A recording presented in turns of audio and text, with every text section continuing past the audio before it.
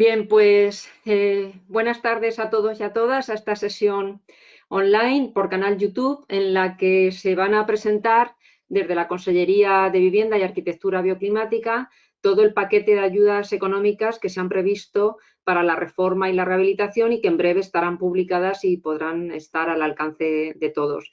Yo sin más quiero dar la bienvenida y el agradecimiento no solo a la Consellería, obviamente representada por el vicepresidente Rubén Martínez Dalmau, que está aquí con nosotros, al director general de muchas cosas, llamemos por calidad, rehabilitación, eficiencia energética.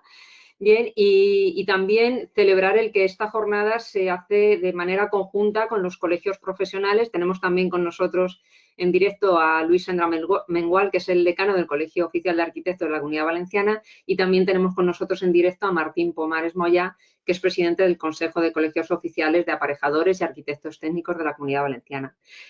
También estáis viendo en pantalla las personas que van a llevar a cabo estas ponencias y van a explicar las ayudas una vez hagamos la introducción oficial, y que tenéis ahí a Paqui García y a Javier Peñarrocha, pues que presentarán todo el paquete de ayudas, tanto de reforma como rehabilitación, las propias de la Generalitat, las del Plan Estatal de Vivienda de España, el que está vigente ahora, y por último un paquete de herramientas y aplicaciones que Isabel de los Ríos presentará, que se ha desarrollado desde el IVE en colaboración con la Consellería.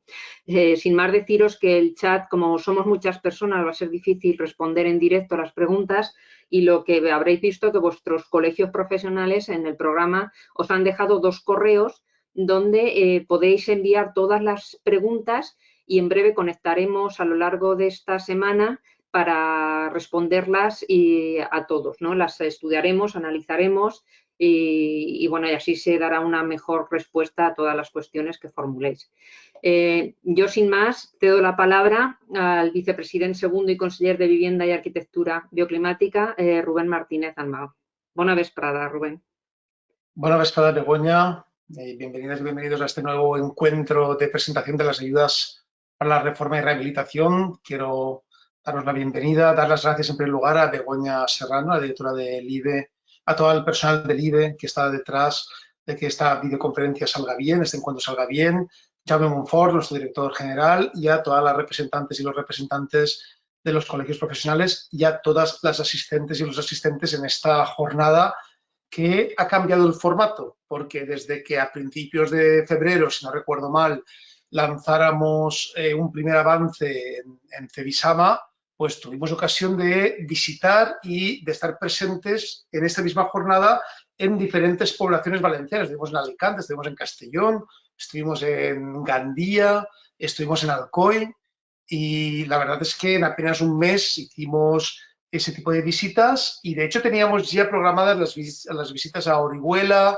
a Onteniente, cuando toda esta crisis sanitaria pues nos lanzó a un escenario que realmente estaba fuera de cualquier previsión y que ahora mismo lo que hacemos es retomar con renovadas energías este tipo de acto, de encuentro que es tan interesante y tan necesario para conocer nuestras ayudas para la reforma y la rehabilitación.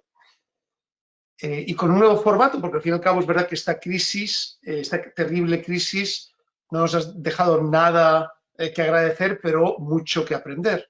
Y entre otras cosas hemos aprendido a realizar este tipo de formatos. De hecho, con varias de vosotras ya nos hemos visto en diferentes reuniones en este ámbito, en este nuevo formato, que nos da otro tipo de oportunidades de aprendizaje, ¿no? Yo recuerdo cómo cuando estábamos en Alcoy, cuando estábamos en Gandía, pues yo insistía siempre en los problemas que nos habíamos encontrado a causa de los efectos del cambio climático sobre nuestro territorio. Pues recordad que pues prácticamente a los 3 meses de que entrara el nuevo gobierno valenciano ya estábamos con las botas colocados en la Vega Baja buscando vivienda para la gente, porque estaba aquí ya negado. Todavía hoy en día estamos gestionando aquel desastre que fue la Dana, ¿no? Que fue un desastre terrible. Y cuando estábamos recuperándonos de la Dana, o en parte nos estábamos recuperando, nos llegó la Gloria, que, bueno, pues hundió edificios en Alcoy, en Cosentaina, destrozó nuestras costas. En la zona de mi comarca, la Marina Alta, quedó realmente destrozada con la Dana. Y cuando todavía nos estábamos levantando, aparece esta terrible crisis del coronavirus que nos tiene en una situación dramática, ¿no? Entonces, lo cierto es que ahora es cuando los gobiernos, y particularmente los gobiernos de progreso como los nuestros, tienen que estar dando soluciones para las personas. Y esa solución pasa por entender que todo lo que les he relatado no es casualidad, ¿no? Son efectos también de una presencia de las personas sobre la tierra que quizás no responde a las necesidades de sostenibilidad y de transición ecológica de los cuales ahora cada vez somos más conscientes y que serán muy importantes en lo que se llama esa nueva normalidad, ¿no? El concepto de nueva normalidad es un concepto además que teníamos trabajado en algunos paradigmas académicos. Yo suelo denominarlo normalidad otra, ¿no? Siguiendo un poco las tesis de la descolonización, entendiendo que ya no vamos a poder repetir lo mismo que se hacía, pero ni siquiera las mismas formas que se hacían, sino tenemos que buscar una normalidad otra, distinta, en el marco de la pospandemia, ¿no? Entonces hoy, lo estábamos comentando ahora, por doloroso que resulte, tenemos que aprender de esta crisis y aprenderla de cara a esa normalidad otra. Y como sabéis, en la vicepresidencia segunda de la Consejería de Vivienda y Arquitectura Bioclimática, pues hemos aprobado toda una serie de medidas para hacer frente en clave social a este titánico desafío que es la crisis sanitaria y lo que ha traído consigo, ¿no? De hecho, hemos elaborado una guía que muchas y muchos de vosotros conocéis, donde podéis comprobar qué elementos hemos incorporado para poder hacer frente a esta crisis sanitaria en los momentos en que además la vivienda es un refugio, ¿no? Ahora está claro que la vivienda es un refugio seguro y lo va a continuar siendo. Por lo tanto, si alguna vez la vivienda tuvo sentido como derecho, es seguramente ahora más que nunca. Especialmente en nosotros, países y sociedades mediterráneas, donde el concepto de vivienda es muy diferente al que pueda haber en otros lugares, ¿no? Y desde aquellos episodios que recordamos ahora en la lejanía, la Dana, la gloria y el presente, pues este tipo de aprendizajes tienen que ayudarnos a conformar nuestro futuro, esa normalidad otra a la que hacía referencia. Y es nuestra obligación prepararnos para afrontarlo con garantías de justicia y garantías de equidad. Y para ello, como decía, la vivienda tiene que jugar un papel protagonista. También las ciudades tendrán que aprender de la manera como se han ido conformando, y en breve vamos a poder ver también experiencias de cómo tenemos que cambiar para introducir, por ejemplo, elementos propios del derecho a la ciudad, de un espacio público más habitable. Necesitamos viviendas, necesitamos ciudades resilientes, capaces de enfrentarse a las dificultades que les sobrevengan, sea una crisis climática, sea una crisis sanitaria, y eso implica que tienen que ser ciudades complejas, plurales, adaptativas, en definitiva comprometidas con esa urgente transición verde que tenemos que implementar y que este gobierno del Botanic está dispuesto a implementar. Por eso son tan importantes estas ayudas que presentamos hoy, que son un paso necesario hacia este objetivo de guiarnos en años venideros, en aquello que vendrá en la normalidad otra. Y es una tarea importante que nos va a exigir mucho. Pero si algo hemos demostrado estos duros días es cómo las gentes de la Comunidad Valenciana hemos tenido capacidad para adaptarnos. No es casualidad que nuestro nivel de personas infectadas esté por debajo de la media estatal, no es casualidad. Y en ese sentido hemos tenido capacidad para poder adaptarnos a una crisis tan importante como la que hemos sufrido. Hemos sido resilientes y hemos sido capaces de sostener nuestros afectos, incluso potenciarlos en estas difíciles circunstancias. Hemos sido capaces de tejer en tiempo récord nuevas redes de cooperación, de ayuda mutua. Hemos transformado nuestros espacios domésticos en escuelas, en gimnasios, en cines, en oficinas, y todo eso a un tiempo, ¿no? En la última jornada que hicimos de la conversación a Pineda, que sabéis que es el último jueves de cada mes y que os invito a quienes no la conozcáis a participar en ella.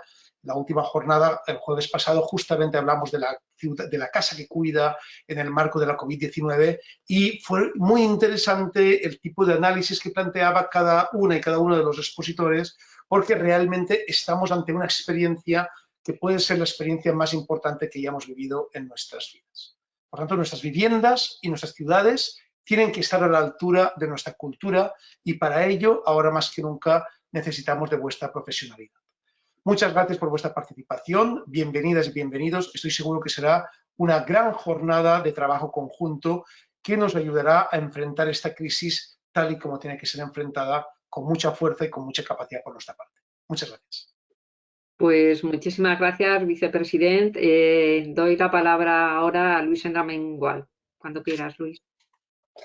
Bueno, agradecer al vicepresidente, que no puede ser de otra manera, como representante del Consell, pues que haya tenido la iniciativa de juntarnos a todos en este momento. Un momento muy oportuno porque antes de ayer nos liberaron de poder hacer rehabilitaciones en edificios confinados, ¿no? La gente es una parte de la rehabilitación muy importante y el sector nuestro se tiene que poner en marcha. Es todo muy incierto. Agradecemos que estas ayudas lleguen en este momento y que nos podamos poner todos a trabajar.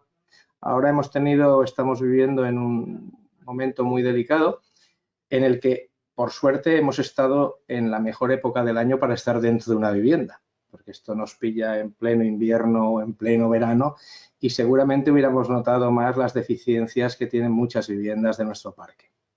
Estas ayudas, las del Renata para reforma de interiores y las de la Generalitat y del plan estatal, pues para lo que son accesibilidades, conservación y las cosas básicas que todos los edificios necesitan, pues nos vienen muy bien. Yo creo que va a ser una jornada muy buena y sobre todo muy oportuna, porque inmediatamente hoy se han iniciado estas obras de rehabilitación y además la gente va a ver con ilusión que tiene un apoyo de su administración, de la administración de la Comunidad Valenciana, tanto para informar, para que no quede nadie que no sepa hacerlo y no sepa hacerlo bien, y ahí los arquitectos pues estamos primero agradecidos y segundo somos parte de esa sociedad civil que está ayudando y que ayuda siempre a todos a que estemos mejor.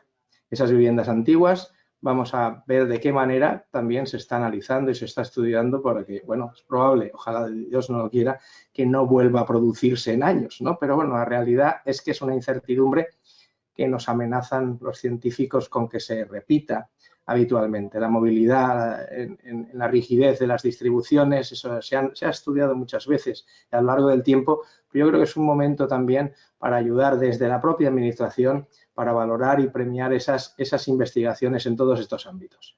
De nuevo, conseller, vicepresidente, enhorabuena y estem en Ahora, vosaltres sempre. sí.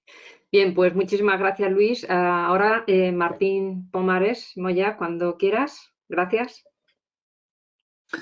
Bona tarda, moltes gràcies, sobre todo pues, al vicepresidente segundo, a Rubén Rodríguez Dalmau y a Jaume Monfort, porque cuando se inició la parálisis de las obras por el famoso COVID-19, pues nosotros nos pusimos en contacto y tuvieron a bien recibirnos y atendernos muy bien.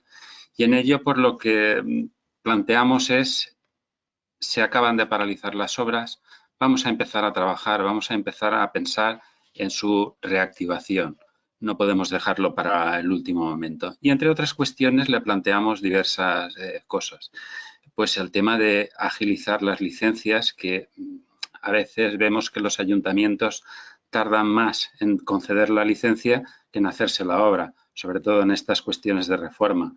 Entonces, me consta que están trabajando y se lo agradecemos ese esfuerzo. Exigir la implantación de los IES, porque claro, es una herramienta que tenemos, es una norma de obligado cumplimiento, que los ayuntamientos están olvidando que tienen que cumplirla.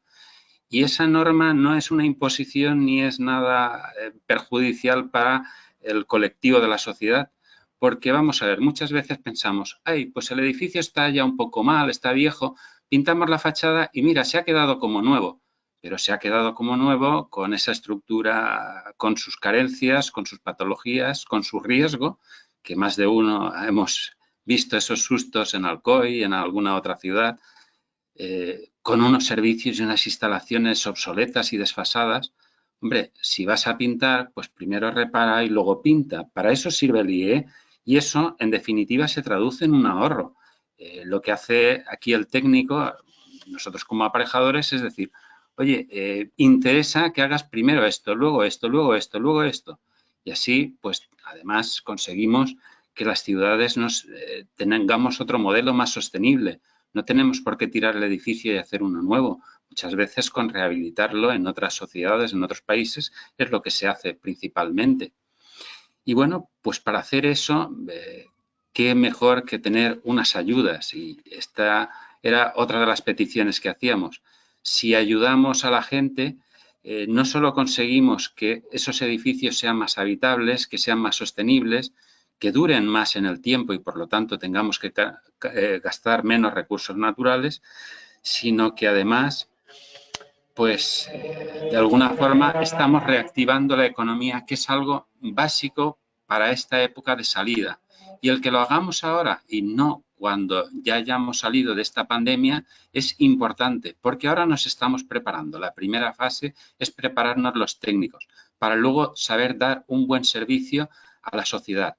Una vez que estamos bien preparados, que conocemos las normas, empieza la construcción, se van terminando lo que llevamos iniciados y ya estamos ahí en primera línea para cumplir con nuestro cometido lo mejor posible y arrancar esas obras. Creo que es un magnífico momento y desde luego agradecemos desde aquí todo lo que nos ha, el escucharnos, el hacernos caso y el ver que esto se está implementando. Que no se Muchísimas preocupen. gracias. Bien, sin más, lo que vamos a hacer ahora es dar paso ya al paquete de ayudas como tal y para ello pues tiene la palabra Jaume Montfort i Signes, que va a dar una visión general de estas ayudas, del paquete de ayudas de rehabilitación 2020.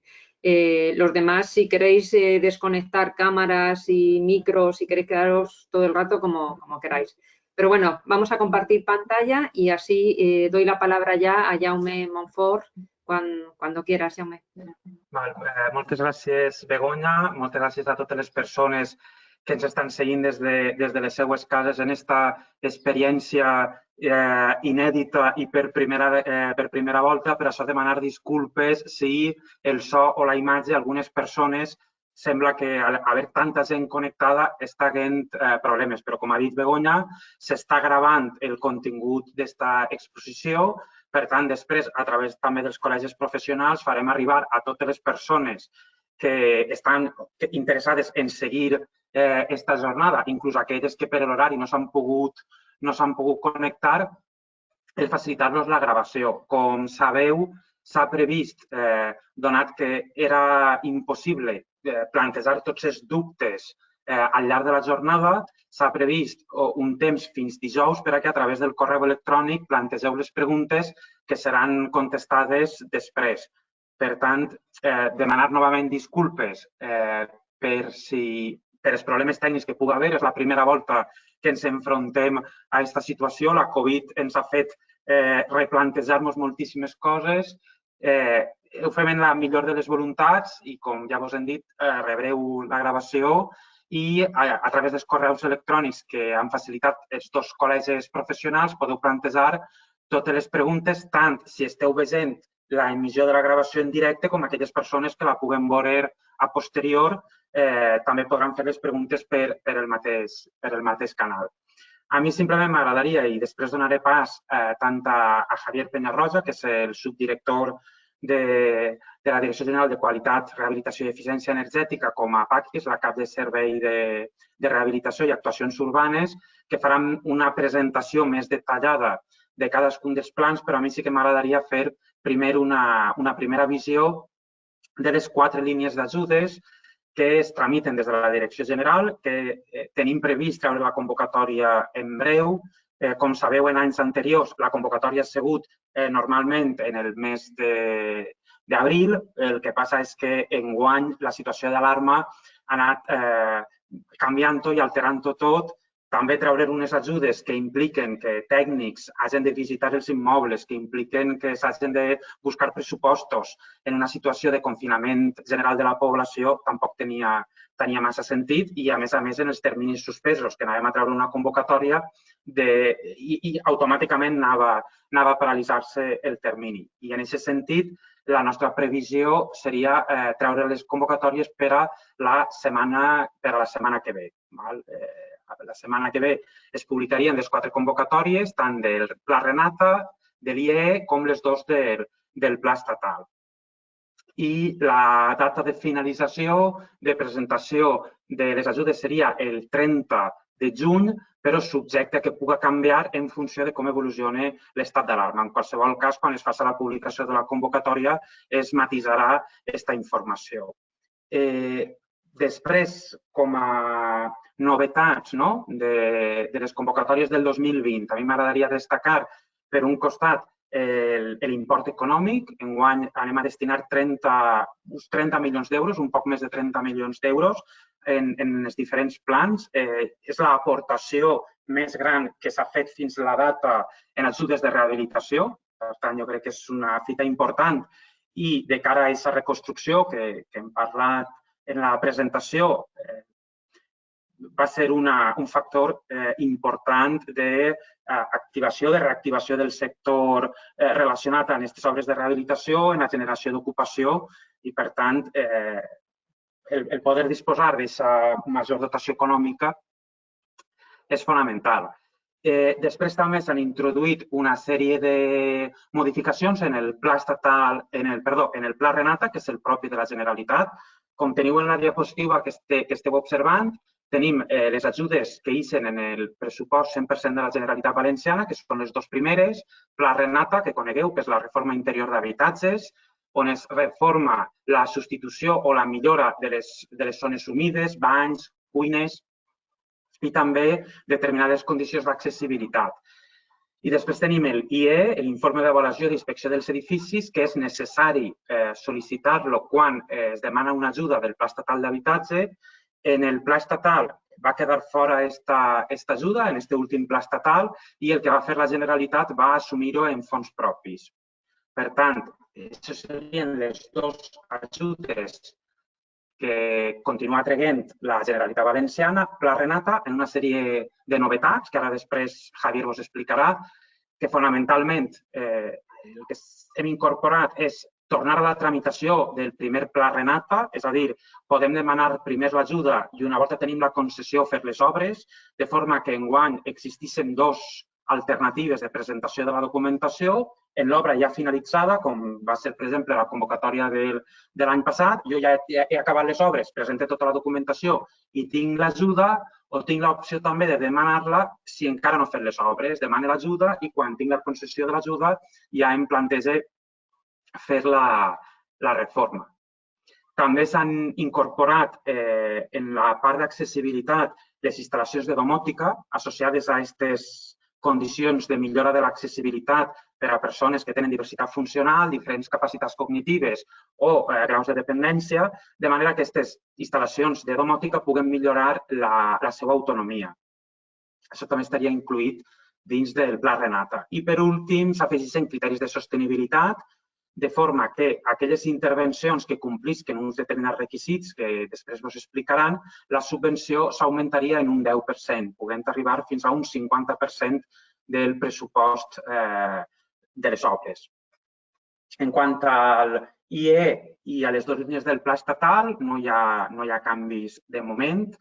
Estem en el Pla Estatal 2018-2021, per tant, la convocatòria és similar a la de l'any anterior. Tenim 2 línies dins del Pla Estatal, la banda de millora de l'eficiència energètica i la sostenibilitat en els habitatges, que és una línia interessant, que ara després coneixereu, interessant des del punt de vista que les peticions que rebem solen ser inferiors a la dotació pressupostària, per tant, sol quedar un remanent. Per tant, és aconsellable estudiar la viabilitat de demanar aquestes ajudes perquè, al contrari del que passa en la de conservació i millora de la seguretat i utilització i accessibilitat en els habitatges, el número d'ajudes que reben és molt superior a la dotació econòmica. Hi ha un volum important d'ajudes que es queden fora perquè s'ha esgotat el pressupost. Per tant, és interessant estudiar en la mesura de les possibilitats aquelles ajudes que puguen entrar dins de la línia del Pla Estatal d'eficiència energètica i sostenibilitat en habitatges. Jo, bàsicament, volia fer-vos aquesta psicoteta introducció del que és el panorama general de les 4 ajudes de rehabilitació que es llancen des de la Conselleria. Ara passarem a una explicació més tècnica i crec que és fonamental la participació d'arquitectes i arquitectes tècnics en la tramitació d'aquestes ajudes. Sou una eina fonamental i, per tant, l'èxit depèn també del vostre treball i davant d'aquest escenari de postcrisi sanitària, de recuperació, de tractar de revitalitzar el sector de l'edificació, de les obres de rehabilitació, pense que tant l'administració com els col·legis professionals, com els col·legiats i les col·legiades tenim un paper fonamental i espero que puguem anar caminant de la mà. Estem a la vostra disposició i qualsevol pregunta que isca durant la jornada ens la podeu plantejar a través del correu electrònic. Moltes gràcies. Agrair-vos la vostra paciència si no està sent aquesta emissió en directe tot allò que haurem desitjat, però anirem millorant. Moltes gràcies. Bé, moltíssimes gràcies, Jaume Monfort. Y sin más, Javier Peñarrocha, si quieres, ya puedes, tienes la palabra, tienes que activar el micro y ya puedes comenzar con la explicación del plan Renata de reformas interiores. Muchas gracias, Javier. Hola. Hola. Bueno, luego, como es el mismo PowerPoint, ¿no, Javier? El mismo PowerPoint, luego estará directamente, interviene Paqui García y presentará la segunda parte. Bien, pues, y luego ya Isabel puede entrar directamente, ya no hace falta que presente, ya va rodado todo. Muchísimas gracias a todos. Muy bien, vale, gracias, Begoña. Bueno, vamos a empezar después de esta introducción interesante que nos ha hecho el director general, prácticamente nos ha adelantado las nuevas cambios que se han introducido en el plan Renata, que es el que os voy a intentar explicar. Y lo que haré de alguna manera es profundizar en estas novedades que se han introducido, porque, bueno, por otro lado, el resto, digamos, es el mismo Renata de los años anteriores y yo creo que contando fundamentalmente las novedades, aprovecharemos mejor el tiempo de estos 15 minutos o 20 minutos que tengo para explicar el plan Renata. Bien. ¿Pasas una diapositiva? Vale. Bueno, aquí es una primera diapositiva que os viene la evolución de las ayudas Renata. Simplemente ver aquí los expedientes totales. Desde la primera que salió en 2017 fueron 800 y pico, 670, 616, es decir, vemos que ha habido una desaceleración, digamos, esto suena un poco al COVID, pero bueno, no, es tema del Renata, una bajada de los expedientes de Renata y bueno, pues creo que era necesario una especie de reactivación para ver si podemos volver a tener un número más importante de solicitudes del plan Renata. Bien, pasas para aquí la siguiente. Bueno, como veis, las bases reguladoras se publicaron la semana pasada. Imagino que las habréis visto, ya las tendréis, y lo que voy a hacer de alguna forma es seguir un poco el orden de los artículos de las bases y yo creo que tampoco tiene mucho sentido explicaros en profundidad lo que podéis leer en la orden, porque yo creo que lo interesante de la orden es leerla y comentaros un poco los cambios y las novedades que han habido en el plan Renata. Bien, si veis en el primer artículo, de los primeros artículos de la orden esta del plan Renata, el objetivo, como veis, es pasa aquí, esto es rápido, es facilitar la intervención dentro de las viviendas, dinamizar el sector de la construcción y las actuaciones subvencionables son estas tres. Las dos primeras son las que ya figuraban en el plan Renata del año pasado, o las anteriores, que son la reforma de los cuartos húmedos, de baños, cocinas, lavaderos, incluso instalaciones. Un segundo apartado que era el adaptar la vivienda a personas con discapacidad, con diversidad funcional, con movilidad reducida, es lo mismo que el año pasado. Y hemos introducido un que es para hacer una incidencia mayor en los temas de accesibilidad. Para profundizar en los temas de accesibilidad se ha introducido la instalación de sistemas integrados de es decir, es introducir las posibilidades, digamos, vitales que hay ahora para hacer que las personas con discapacidad, con movilidad reducida puedan tener una mayor autonomía sus viviendas por medio de estos sistemas de voz para poner en marcha eléctricos, sirenas, domótica en las viviendas, especialmente las personas que tengan discapacidad o movilidad.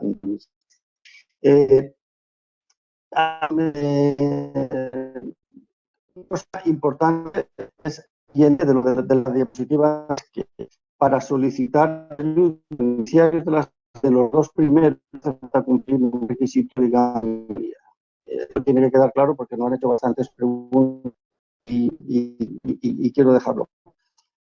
Para solicitar las ayudas de cocinas y para solicitar las ayudas de adaptación a minimalismo, no hace falta que el solicitante o algún padronada en la vivienda tenga algún tipo de discapacidad. Es decir, eso lo puede solicitar cualquier persona. Cualquier persona puede adaptar su vivienda, aunque no sea o no en su vivienda ningún discapacidad, puede adaptarla pues, en un futuro, un amigo, para algún conocido, para tener su vivienda adaptada.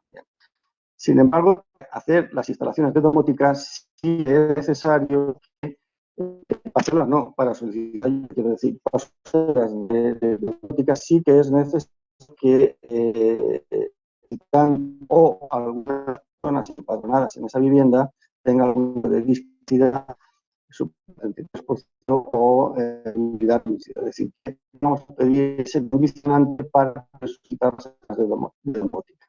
No así para adaptar la vivienda aunque no podamos en esta vivienda exista un minusválido de la actuación.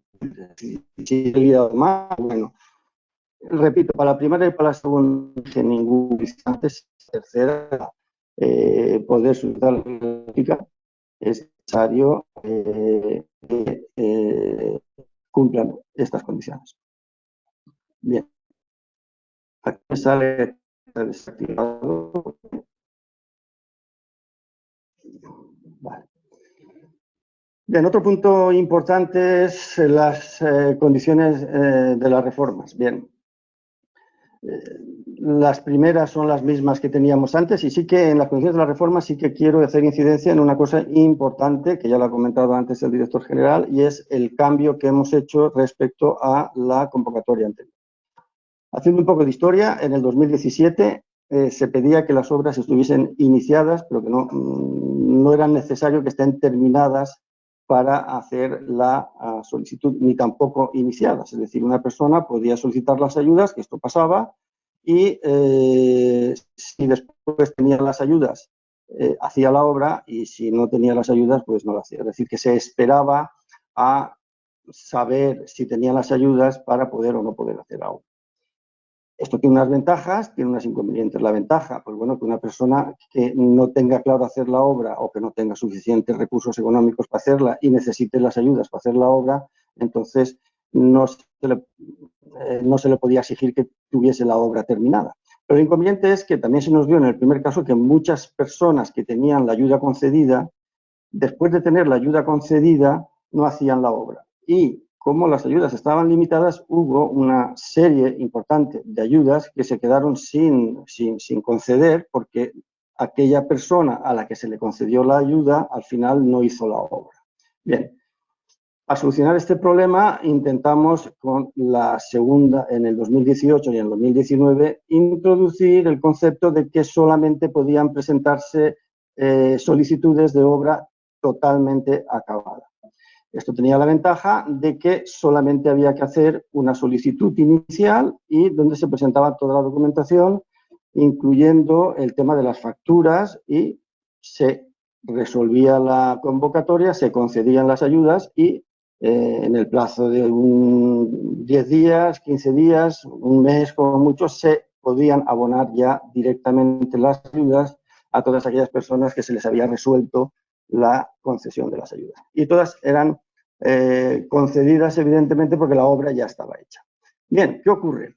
Que, por otro lado, hemos detectado que ha bajado el número de solicitudes. ¿Por qué? Porque sí que habían casos reales de que hay gente que, si no me conceden las ayudas, yo no inicio la obra. Entonces tenía que tener la certeza previa de que se le iba a conceder la ayuda para hacer la realización. Bien, ¿qué es lo que hemos hecho con esta modificación? Y yo creo que es de lo más importante de esta convocatoria, pues es juntar las dos. Es decir, se van a poder solicitar ayudas de aquellas obras que ya estén terminadas, igual que las convocatorias anteriores, y también van a poder solicitar ayudas obras que no estén terminadas o que incluso no estén ni empezadas. Es decir, que juntamos tanto las posibilidades de la convocatoria del 2017, que estaba abierta de esta manera, y las de las anteriores, del 2019, que eran ya con obra totalmente terminada. ¿Qué pretendemos? Pues que el número de solicitudes sea mayor y que llegue estas ayudas al mayor número de personas, ¿no? Bien.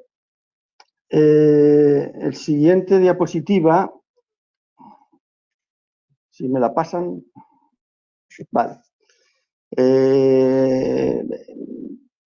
Esto es lo que os he comentado anteriormente, es decir, que para las actuaciones subvencionables 1 y 2, es decir, la reforma de las cocinas y la adecuación de la vivienda a minusvalía, no hace falta el requisito de ser minusválido que lo solicite o que alguien que viva en la vivienda lo solicite, sea minusválido, pero sí para como dice aquí, para la actuación de la subvención 3, es decir, la de instalación de domótica en la vivienda, ahí sí que es necesario que una persona que viva en esa vivienda, una persona con diversidad funcional de grado de discapacidad superior al 33% o que sea mayor de 70 años. Esto, como ya lo he contado, las condiciones de la vivienda que tienen que cumplir pues son las mismas del año pasado, es decir, que la vivienda tiene que tener 20 años y que tiene que destinarse a residencia habitual y permanente. Es decir, no vale para las segundas residencias, solamente es para personas que estén empadronadas en la vivienda, y uno de los documentos que se le pide es que el solicitante de las ayudas esté empadronado en la vivienda para la cual solicite la ayuda. O también la puede pedir el propietario siempre que justifique que esa vivienda está ocupada por alguien que es la residencia habitual y permanente de esa persona, ¿no? Pasa. Bien.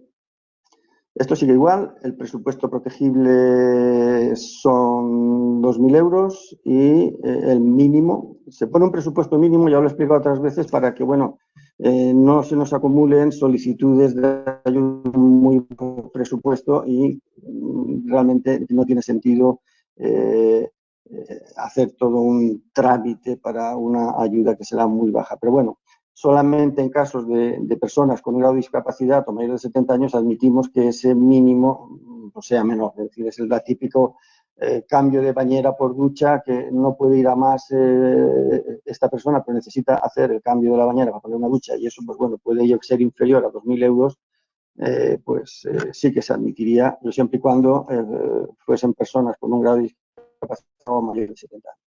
Y el máximo son 12.000 euros, que es el máximo subvencionable. No quiere decir que la obra no pueda costar más de 12.000, evidentemente puede costar más, pero el tope subvencionable son 12.000 euros. Bien,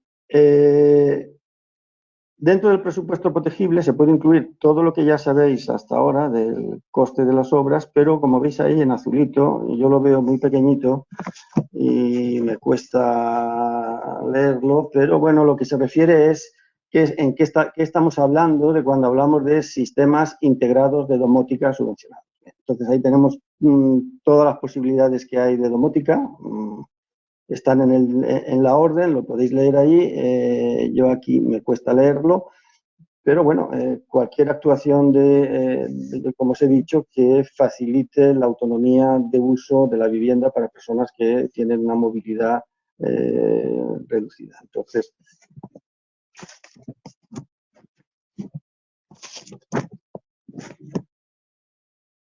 y leo ahora sistemas de monitorización y control remoto de puertas y equipos electrónicos, puesta en marcha de los mismos de forma conjunta, realización de actividades a distancia, sistemas de activación y desactivación de cualquier equipo del domicilio con un comando de voz, colocación de cámaras en el interior de la vivienda. Es decir, tenéis ahí exhaustivamente en lo que es la orden detallado gran cantidad de actuaciones que se pueden hacer en este caso, ¿no?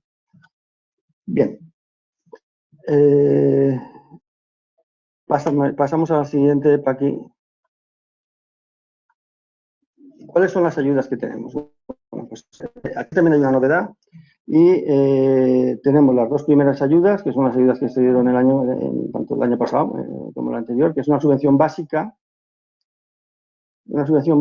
que se le da a todos los que soliciten la ayuda y cumplan los requisitos, de un 5% de presupuesto protegible con un máximo de 600 euros. Es decir, que esto te da la garantía de que cualquier solicitud que se presente, que cumpla los requisitos, pues de alguna manera tiene unas ayudas. Esta ayuda surgió porque la crítica inicial de que aquellos que se quedaban fuera, encima de quedarse fuera, le tenían un coste del técnico colaborador y pues podía esto retraerles a presentarse porque, bueno, si luego no me la conceden encima, tengo que tener un gasto extra que no contaba con él. Bueno, pues todos los solicitantes que cumplan los requisitos, ya se puso el año pasado esta ayuda de 600 euros, que es para todo el mundo, independientemente de que llegue o no llegue el dinero, como veremos en el siguiente. Bien. La subvención adicional primera es que en función de la baremación, pues hay un porcentaje de subvención que es un 25, un 30, un 35, en función de los puntos obtenidos en la baremación de la solicitud, pues pueden llegar hasta un 35%, más el 5 de antes, estaríamos hablando de un 40%, la subvención máxima de las ayudas. La diferencia entre la primera y la segunda es que la primera llega para todos y la segunda subvención, la adicional, llega hasta que se agote el presupuesto. Es decir, que si hay, pongamos el ejemplo, 2.000 solicitudes y solamente hay dinero para las 1.000 primeras, pues se quedarán las 2.000 solicitudes que cumplen los requisitos, tendrían la subvención básica de 600 euros y las otras 1.000, las 1.000 primeras, tendrían la subvención adicional primera. Yo os adelanto que no va a ser el caso de esta convocatoria. Os adelanto que esta convocatoria tiene 5 millones, casi 5 millones de euros. Vamos, estoy casi convencido que va a ser imposible que no lo gastemos todo. Vamos, sería una sorpresa inmensa. La intención es que estas ayudas lleguen para todos. Entonces, digamos que la baremación, que es la manera de, digamos, ordenar todas las solicitudes para ver hasta dónde viene el corte cuando se corte el presupuesto, en este caso ya, vamos, es una previsión que hago, que me puedo equivocar, pero creo que no, que no va a haber ningún corte porque con los 5 millones realmente vamos a cubrir todas las solicitudes que se presenten, con lo que aunque las ordenemos y de la primera a la última, pues todas van a entrar, con lo que un poco la baremación pierde un poco de sentido en ese sentido de que no va a dejar ninguno fuera. Bien. Insisto, es una estimación, no vayamos a querer decir que es que Javier Peñarrocha dijo que no nos íbamos a quedar ninguno fuera. Bueno, hay 5 millones y creo que no los vamos a agotar. Bien, y ahora os hablo de la subvención nueva, que es la subvención adicional segunda. Esto es una total novedad. Y esto también voy a detenerme un poco en contaros lo que es esta subvención adicional, que como os he dicho, van todas sumándose una a otra. Tenemos una de un 5, luego una de un 35, estoy hablando de los máximos, que son un 40, y ahora tenemos otro máximo que son un 10%, es decir, que podemos llegar a un 50% de subvención de la obra. Bien. ¿De qué surge esta nueva subvención? Surge del equipo de gobierno actual, tiene una gran preocupación por los temas de sostenibilidad, ya con el nombre de la Consellería, de alguna manera, de Consellería de Vivienda y Arquitectura Bioclimática, o de la Dirección General de Rehabilitación y Eficiencia Energética. Es decir, digamos que estos son los signos de que la preocupación por todos los temas de sostenibilidad son importantes. Entonces, era un objetivo inicial modificar estas ayudas renatas para introducir, de alguna manera, el tema de sostenibilidad. Este tema de sostenibilidad es un tema nuevo que, bueno, pues es totalmente, como es nuevo, es novedoso para todos. Tenemos todos que aprender el tema de la sostenibilidad y de cuáles son los criterios de sostenibilidad. Hemos tenido que ver documentación, reunirnos con gente que lleva temas de sostenibilidad para intentar introducir estos conceptos de sostenibilidad. Ahora cuando los veáis, o si los habéis leído ya en el decreto, pues bueno, son un poco difíciles, digamos, de que no estamos acostumbrados a su manejo, pero bueno, que de alguna manera tenemos que empezar a empezar a conocerlos y a empezar a trabajar con ellos. Y fundamentalmente, ¿a qué va dirigido? Pues va dirigido a todas estas personas que sí que tienen una inquietud por la sostenibilidad y que quieren actuar en sus obras con criterios de sostenibilidad. Pues bueno, pues a estas personas de alguna manera premiarles con una subvención mayor, ya que, bueno, pues no nos engañemos, estos criterios de sostenibilidad a veces cuestan más dinero que no aplicarlos. Bien, evidentemente no son obligatorios. El que no quiera aplicar criterios de sostenibilidad tendrá las otras dos ayudas y el que quiera aplicar criterios de sostenibilidad pues tendrá una ayuda complementaria con un 10% y 1.200 euros máximo de ayudas. En las siguientes diapositivas vamos a ver cuáles son los criterios de sostenibilidad.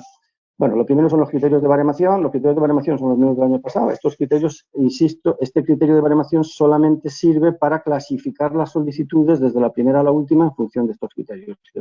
Son ya conocidos, es en función de la vivienda, su categoría catastral, que nos indica el estado de alguna manera que está la vivienda, y en función del ocupante de la vivienda, si tiene algún grado de discapacidad o no. Bueno, según estos criterios, pues se dan unos puntos y según esos puntos se ordenan las solicitudes. Bien, esto es lo mismo que el año pasado. Pasa. Bien. Estos son los criterios de sostenibilidad, que me voy a detener un poco y yo creo que esto ya va a ser de lo último que os cuente como novedad. ¿Qué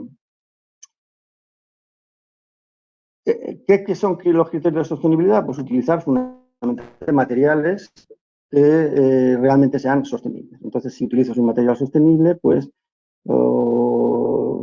tienes un plus de la obra que estás haciendo. Era difícil saber qué materiales ponemos porque las obras realmente son unas obras pequeñas que es de reforma de una cocina y realmente ahí introducir criterios de sostenibilidad, pues bueno, cuesta, ¿no? Pero bueno, al final hemos llegado, yo creo que ha quedado por lo menos decente en cuáles son los criterios que hemos puesto. El primero es el tipo de madera de tablero que utilicemos en los muebles de cocina, en los muebles de baño o en las puertas de la vivienda, si las cambiamos las puertas, es decir, en la madera que utilicemos en la vivienda. Entonces, en función de los criterios de sostenibilidad que le podamos aplicar a esa madera, entonces pues tendrá una serie de puntos. Por ejemplo, que las puertas provengan de la madera utilizada en las puertas provenga de gestión forestal sostenible con certificación PEF o SFC. Es decir, las maderas, como sabéis, están certificadas, es decir, que con estas marcas certifican que una madera pues viene digamos, es sostenible, es decir, y el siguiente caso es el tema de los tableros. Los tableros que se fabrican para la construcción de las puertas o para la construcción de los muebles de cocina llevan una cosa que lleva un compuesto químico que bueno, que nos lo enseñaron en la química del bachiller, que es el formaldehído, que bueno, que ya se me había olvidado prácticamente y yo tengo que volver a retomar a ver lo que era el formaldehído. Bien, el formaldehído es un compuesto químico que todas las resinas que se utilizan para fabricar los tableros emiten unas emisiones de vapor de formaldehído que, bueno, son cancerígenas. Y existe mucha normativa que limita el número de emisiones de formaldehído de las maderas. Entonces hay una serie de clasificaciones. Están las maderas clasificadas según la norma 1 en E1 o E2. Después de estar en contacto con el mercado, nos dijeron que prácticamente las maderas de tipo E2 ya no se fabrican, los tableros me refiero, y todos los tableros de hoy en día son todos E1. Entonces no podíamos primar el uso de tablero E1, porque claro, si todos los tableros que hay son E1, pues no avanzábamos nada. Bien, entonces nos comentaron los fabricantes que realmente en Alemania ya están utilizando una nueva norma en la que lo que se está limitando es la emisión hasta un 50% de las emisiones de un E1. Bueno, pues vale. Y que hay mucho fabricante ya de tablero español que exporta, que sí que está fabricando estos tableros con el 50% de las emisiones del E1. Bien, pues lo tenéis puesto ahí, que si utilizan tableros que emiten el 50% de la clase 1 del formaldehído, pues bueno, tiene 3 puntos. Bien. Es decir, que hemos intentado que las maderas que se utilicen en las cocinas o en las puertas, pues bien estén certificadas o bien tengan una clasificación, los tableros E1, 50% del E1. Lo difícil va a ser, y ya os lo adelanto, cómo cuando esto se lo digáis al fabricante de muebles de cocina, que te tiene que certificar que el tablero es, pues bueno, evidentemente va a ser difícil. Entonces, yo la puesta en práctica de esto, y ya imagino que lo estaréis vosotros también imaginando, va a ser difícil, pero bueno, tenemos que empezar de alguna manera y que a un fabricante de muebles de cocina se le pueda pedir a ver cuáles son las características de los tableros que utiliza y empezar ya a mover el mercado y exigir, o por lo menos preguntar, o por lo menos enterarnos de cuáles son los materiales que estamos utilizando en nuestras obras. Bien, esto respecto a las maderas, los tableros. Entonces, otro tema es el ahorro de agua y entonces en este caso estamos en el siguiente apartado. Es que lo estoy leyendo muy mal y por no ponerme el decreto, es instalación en cocinas y baños de griferías de apertura siempre en frío y o apertura en 2 fases. Bueno, esto es un tipo de grifería que cuando la abres siempre está por la mitad y siempre se abre en frío cuando lo levantas y no como las griferías, digamos, monomandos actuales, que si lo levantas cuando está en el medio, pues ya está realmente sacando el agua templada. Para que salga fría tienes que girarla completamente a la derecha. Bueno, son sistemas que de alguna manera te facilitan el ahorro de agua o el ahorro de energía, como el uso de aireadores o perlizadores, ¿no? También con los inodoros, pues utilizar sistemas de doble descarga. Y ya por último nos hemos metido también, que es otro campo complejo, que es el de los revestimientos cerámicos. En los revestimientos cerámicos hay muy poco clasificado al respecto y tenemos 2 apartados, ¿no? Es decir, para las paredes y para el suelo. Bien, el material cerámico podemos decir que desde el punto de vista de sostenibilidad podemos utilizar 2 determinaciones. Por ejemplo, por un lado están lo que llamamos las ecoetiquetas, que son las etiquetas, un etiquetado ambiental que nos dice que ese material fabricado, ese material cerámico, cumple una serie de requisitos sobre, digamos, su comportamiento más o menos sostenible con el paso del tiempo. Entonces, se certifican que ese material cumple esos criterios mínimos, ¿no? De estos ya os adelanto que hay muy pocos fabricantes, con lo que va a ser difícil, bueno, pues que consigan, porque evidentemente serán más caros. Pondremos, imagino que podemos poner en la página web de la Consellería cuáles son los materiales que están con estas certificaciones para que, bueno, podáis verlos y si podéis seleccionarlos o buscarlos o mirarlos, ¿no? Bien, si conseguimos que el material que se ponga cerámico en el suelo pues, sea del tipo 1, es decir, que tenga una ecoetiqueta, pues tendrás 2 puntos y si lo pones en el suelo, 2 puntos más. Bien. De estos hay pocos y de los otros, los que tengan un DAP es una declaración ambiental de producto, y esos hay bastantes más, es decir, sí que hay mucho material cerámico con DAP. El DAP simplemente es una declaración del fabricante sobre la información ambiental del producto. El DAP te dice, bueno, pues este material se comporta ambientalmente de esta manera, cuantitativamente produce esto y tal. Entonces tiene una serie de datos que te sirven para conocer ese material desde el punto de vista ambiental. Entonces, uno cuando elija un material cerámico u otro, pues bueno, podrá elegir aquel que tenga un DAP mejor o aquel que sea más fiable y tal, pero por lo menos ya tienes una información ambiental de ese material cerámico. Con el anterior es que no te certifica que cumple una serie de requisitos mínimos para yo darle un certificado, ¿no? O una ecoetiqueta, sino simplemente el fabricante me declara que este material cerámico cumple estas características, es así, y te da información de ese material, pero no deja de ser simplemente una información ambiental, que es mejor tenerla que no tenerla, ¿no? Bien, pues en esos casos tendremos un punto.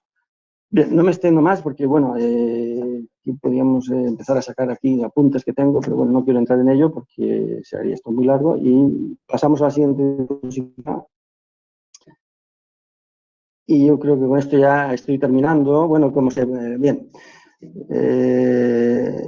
las ayudas se tramitarán por un técnico colaborador, esto ya lo sabéis, es igual que las anteriores. Bien, aquí un tema importante, porque la pregunta esta me la estáis transmitiendo ya sin oíros, es decir, ¿tendremos que los técnicos volver a registrarnos? Sí, es decir, aunque ya te hayas registrado para las convocatorias anteriores, también hay que registrarte para eso. Es decir, es muy complicado mantener los registros de unas convocatorias a otras a nivel informático y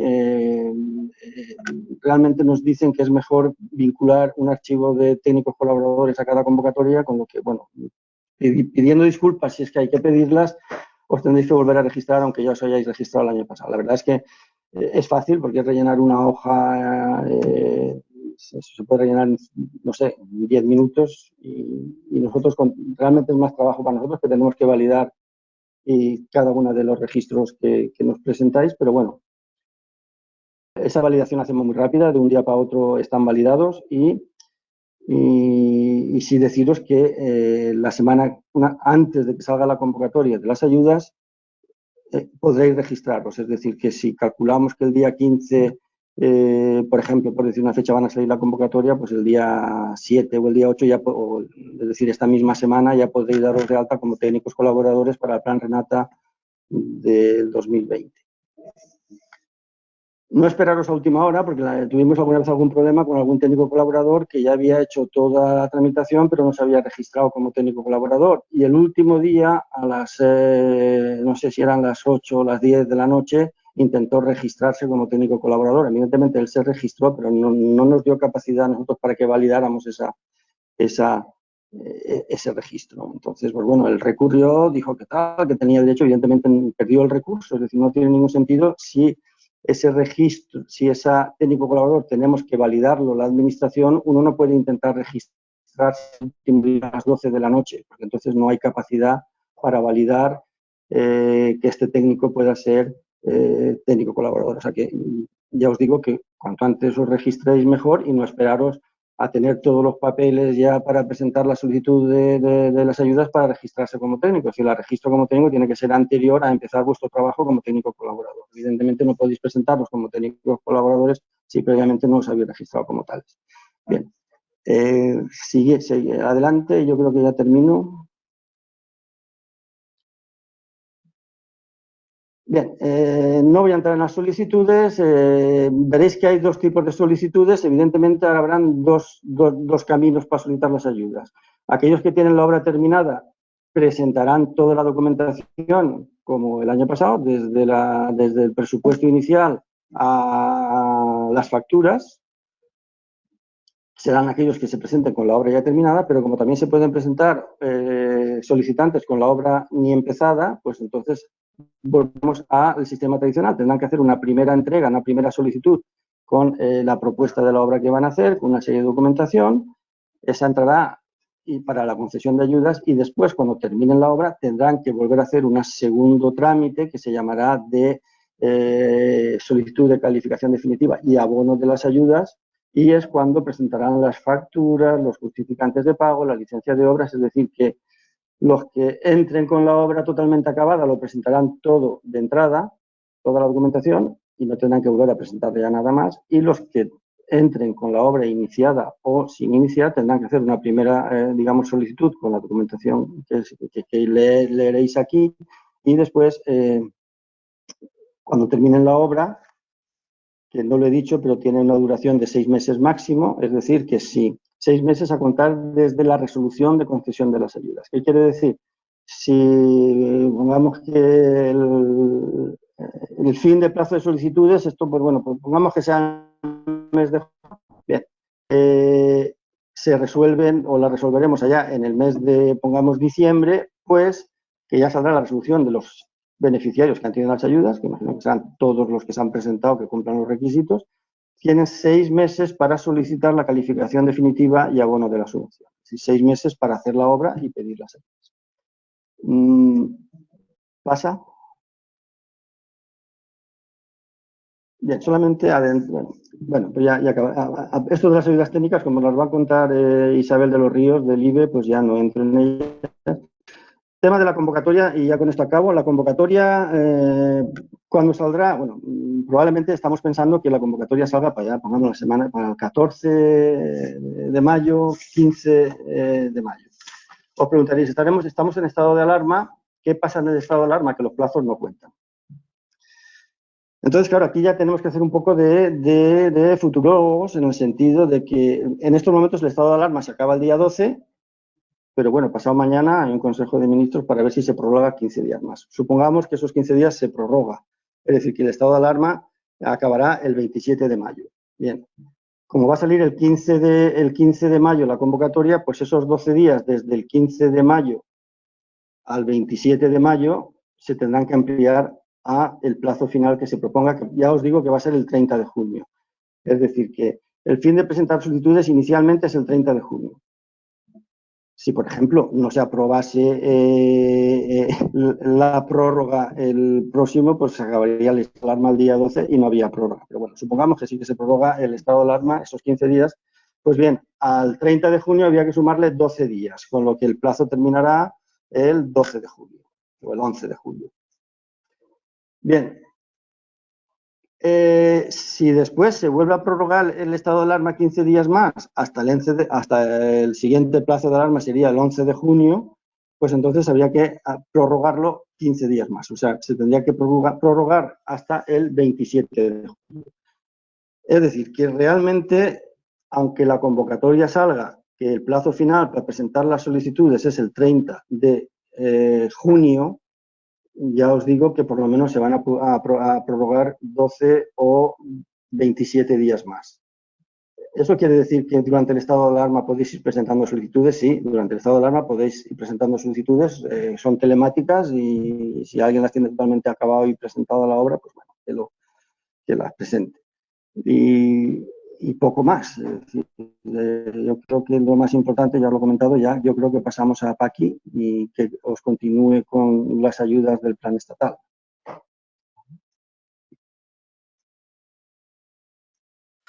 Hola, buenos días.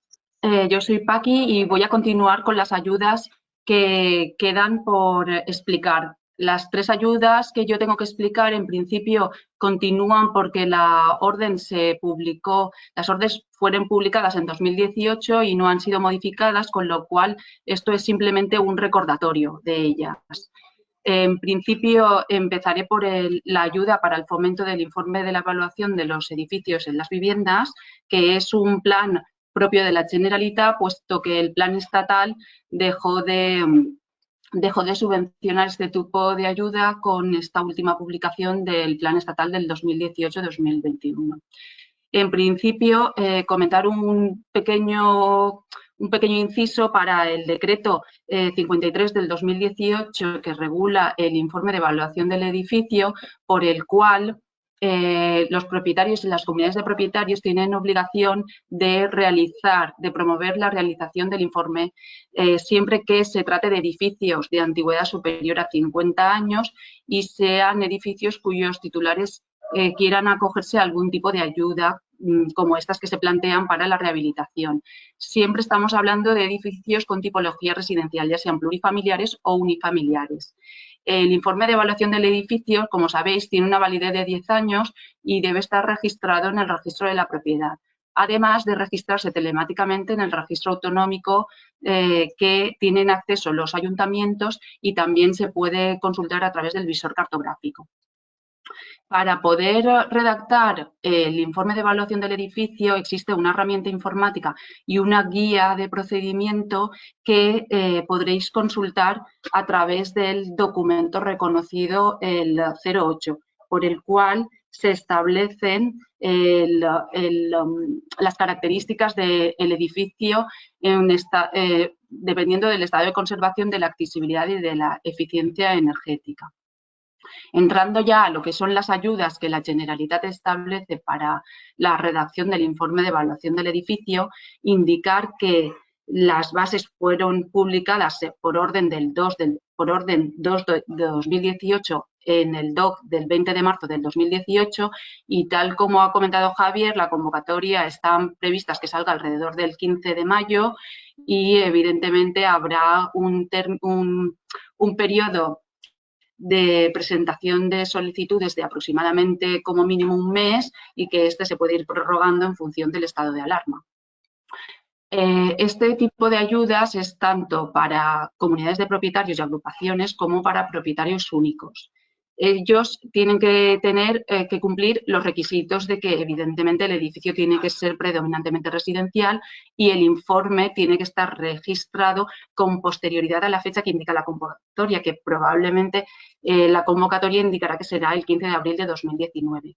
Estas actuaciones que se van a subvencionar son los honorarios de redacción del informe, que será una cuantía de 20 euros por vivienda y de 20 euros por cada 100 metros cuadrados de superficie útil de local que pueda tener el edificio, con un máximo de unos 500 euros por edificio o del 50% de los honorarios que cueste redactar ese informe, el tope máximo. Y siempre esta ayuda va a ser incompatible con cualquier tipo de ayuda que puedan otorgar otras administraciones. Para adjudicar estas ayudas, los criterios que se han utilizado son en función del número de viviendas, se va a priorizar los edificios de viviendas que tengan más de 20 viviendas con un mayor número de puntuación y también los que tengan mayor categoría catastral, puesto que se supone que estos edificios son los que mayor susceptibilidad tienen de tener que ser objeto de rehabilitación. La tramitación se realiza telemáticamente ya desde el 2017 y se tiene que adjuntar pues, un acta de la comunidad de propietarios y también la factura del técnico competente que haya realizado el informe, al igual que un justificante del pago de esa factura que tiene que tener capacidad económica de manera que ese justificante sea bancario, no se puede abonar en metálico. Estas ayudas, como ya sabéis, en principio se convocan, existirá aproximadamente un mes para presentar las solicitudes y una vez que se cierre el plazo de presentación de solicitudes, en un mes se publicarán los listados de manera que si algunas personas tienen que subsanar incidencias tendrán un tiempo de 10 días hábiles para ello. En la página web de la Consellería de Vivienda vais a poder acceder a toda la información que día a día se va colgando y que en principio vais a poder descargar tanto el manual del informe de evaluación del edificio como la aplicación informática, la herramienta que os permite redactar este informe. Verificando los datos de otras convocatorias, como podréis ver, estos datos indican que cada vez se han ido presentando un mayor número de convocatorias, un mayor número de solicitudes y aunque no se ha ido agotando la totalidad del presupuesto disponible.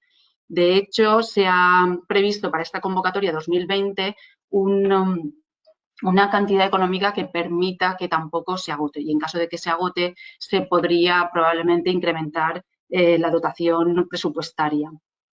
Así hemos ido desde el 2015 con 252 expedientes para la totalidad de la Comunidad Valenciana a 1.405 informes de evaluación del edificio que se han presentado en 2019.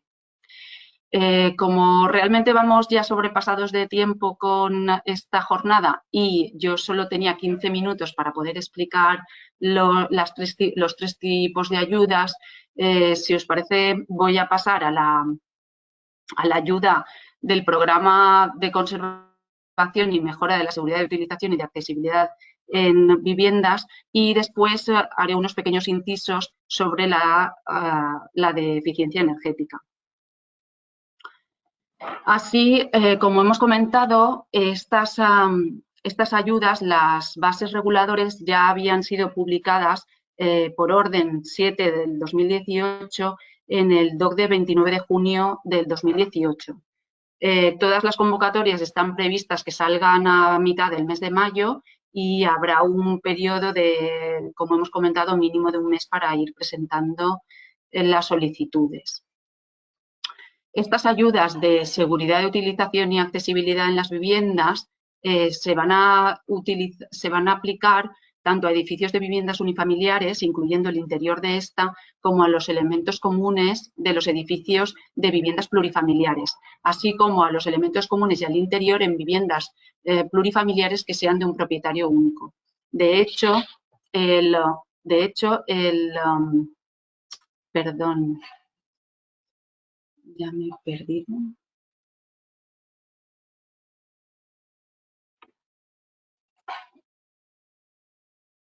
De hecho, los beneficiarios que pueden obtener estas ayudas son tanto las comunidades de propietarios como las administraciones públicas y las empresas constructoras y los arrendatarios o los concesionarios de edificios.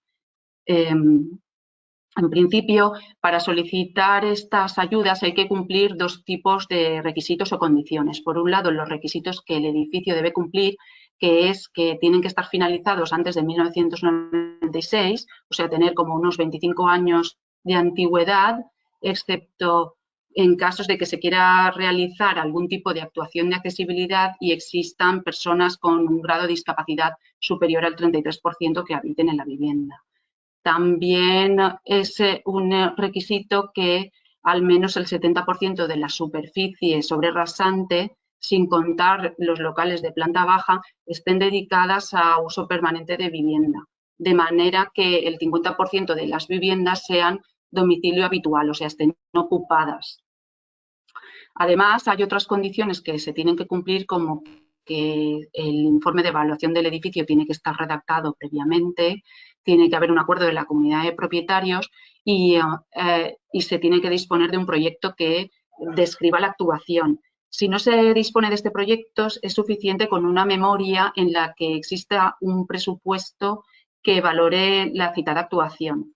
El plazo para ejecutar lo que son las obras no podrá exceder de 24 meses, salvo que por cualquier circunstancia que no sea imputable al propio interesado, al propio solicitante, no se haya podido conceder, por ejemplo, la solicitud de la concesión de la licencia de obras en un plazo de 6 meses desde su solicitud. En ese caso, se incrementaría el plazo de ejecución de 24 a 30 meses, o sea, se haría un incremento de unos 6 meses para poder terminar la ejecución de estas obras.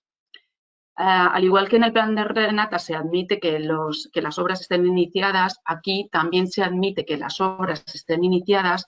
No obstante, ese inicio de obras tiene que ser posterior al 1 de enero de 2019 y no se va a admitir que las obras estén finalizadas. O sea, esto es una diferencia con el plan Renata, que sí que admite este año que las obras estén finalizadas. Como actuaciones subvencionables, cuando se trata de una actuación de conservación, estas actuaciones deben estar identificadas como necesarias en el informe de evaluación del edificio, de manera que puedas hacer actuaciones que afecten a la cimentación, a la estructura, a instalaciones, a fachadas, a cubiertas, etc. También se pueden realizar actuaciones que mejoren la seguridad de utilización y la accesibilidad. Predominantemente se instalan ascensores en edificios que carezcan de ellos, o también se renuevan este tipo de ascensores o se utilizan para cualquier tipo de mejoras en cumplimiento del código técnico del documento CBS-UA. Lo que sí que es importante, que si dentro del informe de evaluación del edificio hay cualquier tipo de actuación que está calificada como urgente, para poder obtener estas ayudas es imprescindible realizar estas actuaciones, excepto en algunos casos muy excepcionales.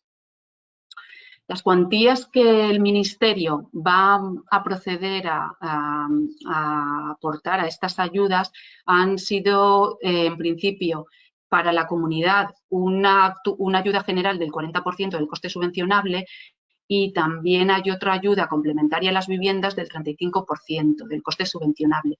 Pero estas ayudas, que no son personales, realmente se pueden obtener si existe un ingreso inferior a 3 veces el IPREM. Actualmente el IPREM está establecido en 537 €, está congelado desde el 2017. Este IPREM mensual, traducido a 3 veces el IPREM y a una cantidad anual, se convierte en un ingreso, los ingresos tienen que ser inferiores a 22.500 € al año. Además, también se puede obtener esta ayuda complementaria del 35% si realmente se realizan obras de accesibilidad cuando los residentes sean discapacitados o mayores de 75 años. Estas ayudas, ambas, la suma del 40 más el 35%, tienen unos topes máximos, unos límites. Generalmente estos límites no se alcanzan en un 1% de las solicitudes. Lo normal es que actúen el porcentaje y no lleguemos al tope. Este tope está establecido dependiendo del tipo de actuación que se realice, como por ejemplo en accesibilidad y conservación, que puede ser de unos 8.000 € por vivienda. Si realmente el edificio es un bien de interés cultural, se permite un incremento de estos topes en 1.000 € por vivienda. Además, a esta ayuda del 40 más el 35 se puede añadir el 10% del coste subvencionable de la actuación, que es la cuantía adicional que la Generalitat con fondos propios establece. También tiene un tope de los 2.000 € por vivienda y 20 € por metro cuadrado de local comercial. Así se puede obtener una ayuda total desde de un 50% o bien, si también se obtiene la ayuda complementaria, una ayuda total del 85% del coste subvencionable, que es casi la totalidad de la obra.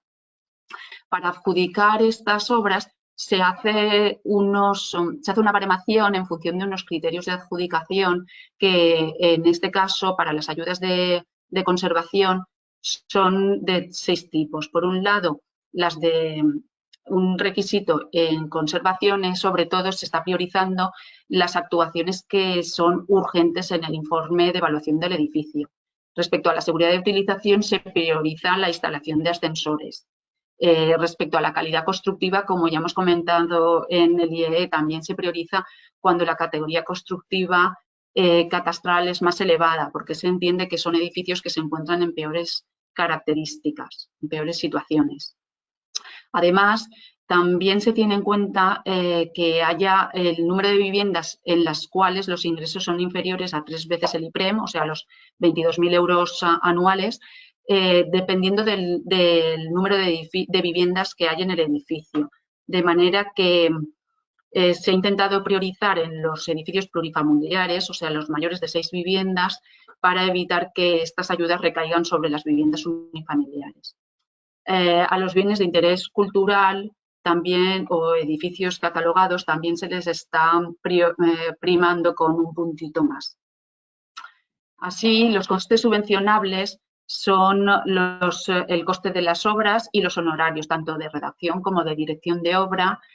Y hay que tener en cuenta que es muy importante que también se pueden subvencionar los informes técnicos o certificados que sean necesarios para obtener, por ejemplo, licencias de obras o cualquier tipo de autorización, pero no se va a subvencionar con estas ayudas los informes de evaluación del edificio, por ya existir una línea propia de ayudas de la Generalitat, como he comentado anteriormente. También hay que tener muy en cuenta que, así como en el Plan Renata sí se puede subvencionar lo que son los impuestos, en este tipo de ayudas que están sujetas al Plan Estatal de Vivienda no se permite la subvención de impuestos, tasas o tributos. O sea, el IVA no es subvencionable y tampoco lo es, por ejemplo, las tasas para la solicitud de la licencia de obras. Tener en cuenta que no se puede superar los costes medios del mercado, de manera que se tiene que cumplir con la base de datos de precios de la construcción que el Instituto Valenciano de la Edificación tiene. Respecto a la tramitación, es una tramitación telemática, como todas las ayudas de rehabilitación, y a partir de 2 meses desde que finalice el plazo de solicitud, se obtendrá una lista con todas las solicitudes que sean completas, incompletas o que no estén admitidas, de manera que luego tengamos un periodo para poder subsanarlas. Estas luego se ordenarán de mayor o menor, se bareman y se sacará una resolución de concesión de las ayudas en un plazo máximo de 6 meses desde que se finaliza el periodo desde que se publica la convocatoria. Perdón. Para la tramitación fiscal, lo que es la declaración de renta, hay que tener en cuenta que las comunidades de propietarios tienen que presentar dos modelos. Si la ayuda supera los 3.000 euros, se tiene que presentar el modelo 347, de manera que se declaren las subvenciones que se otorgan a la comunidad en la declaración anual de operaciones con terceros. Y también se tiene que declarar el modelo 184, las entidades en régimen de atribución de rentas, de manera que en este modelo se refleja cómo se reparte la subvención entre los propietarios y posteriormente el gestor debe notificarle a cada propietario qué ayuda, qué cantidad le ha sido otorgada, de manera que éste lo tiene que en renta poder declarar. Conforme a los datos de las convocatorias desde el 2015 al 2019, podéis observar que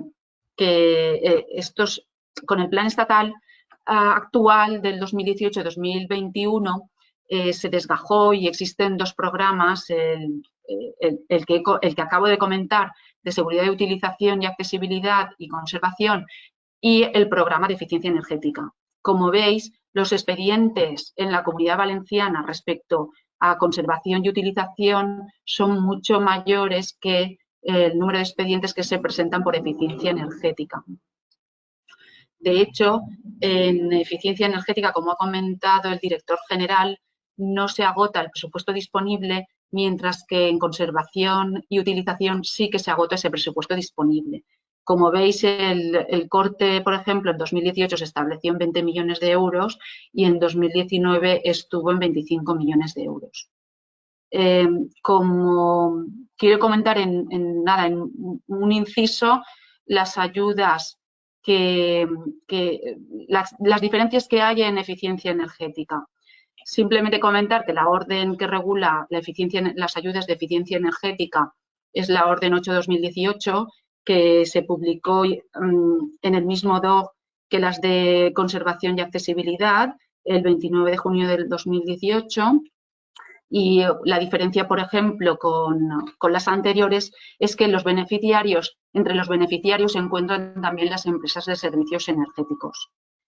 Respecto a los requisitos y las condiciones son similares, la diferencia también está en el plazo para ejecutar las obras, por el cual las obras pueden llegar a durar 26 meses, o sea, 2 meses más, porque se entiende que son obras mucho más complicadas, siempre y cuando haya en el edificio más de 40 viviendas. También hay una diferencia muy importante en lo que son las actuaciones subvencionables. Son mejoras o actuaciones en la envolvente térmica, en climatización, en calefacción, en lo que son energías renovables, placas solares fotovoltaicas, en eficiencia energética, colocación de ascensores, en todo lo que son red separativa de aguas, protección del ruido, separación de residuos, también en mejora de sistemas de riego de jardinería. Pero no obstante, hay que tener en cuenta que el plan estatal plantea como imprescindible que se realice una de las 4 primeras actuaciones, ya sea en la envolvente, en climatización, en energías renovables o en eficiencia energética. Y en estas hay que conseguir una reducción de la demanda energética en la certificación energética como mínimo de un 20%, o bien reducir el consumo de energía primaria como mínimo un 30%. Esto es lo más complicado porque tienen que ser actuaciones conjuntas en todo el edificio y por ello se supone que hay menos solicitudes de ayudas de eficiencia energética. El tipo de ayudas funciona de la misma manera, el cambio es sencillamente en los topes que se establecen con una pequeña diferencia. En los criterios de adjudicación se reducen a 4 tipos en lugar de los 6 que teníamos para conservación y accesibilidad, y los costes subvencionables y el procedimiento es similar. Así, la cuestión que os quería plantear es que yo he tenido que ir muy ágil, pero os dejo este correo electrónico dg-qualitat-rehabilitació@gba.es como para que podáis presentar cualquier tipo de pregunta y se os contestarán rápidamente.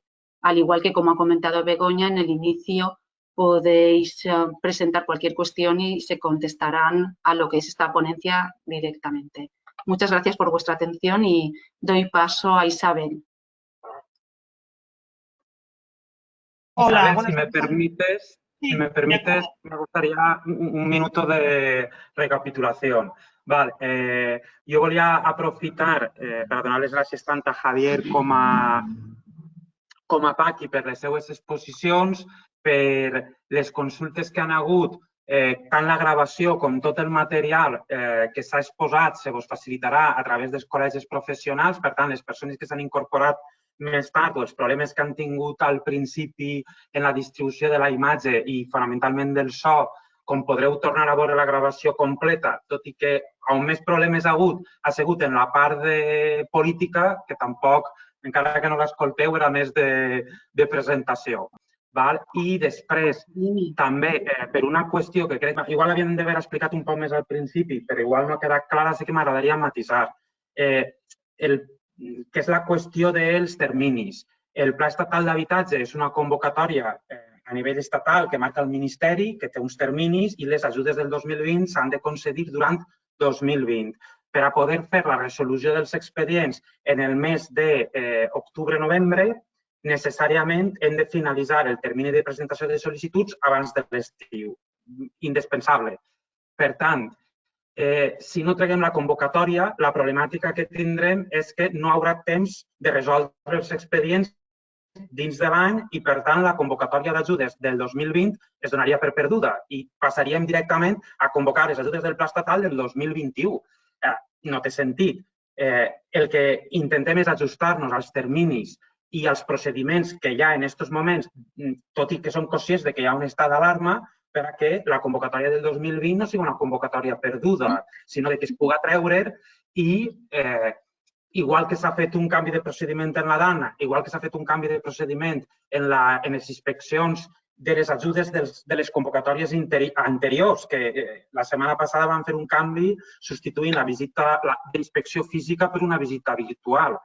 Es faran tots els canvis de procediment necessaris per ajustar la convocatòria d'ajudes a la realitat del moment. Però és que si no treguem la convocatòria ja, no anem a poder resoldre les ajudes dins de l'exercici 2020 per una qüestió de terminis administratius. Hem de donar possibilitat de subsanació, possibilitat de reclamació i hem de treure els documents. I com a últim,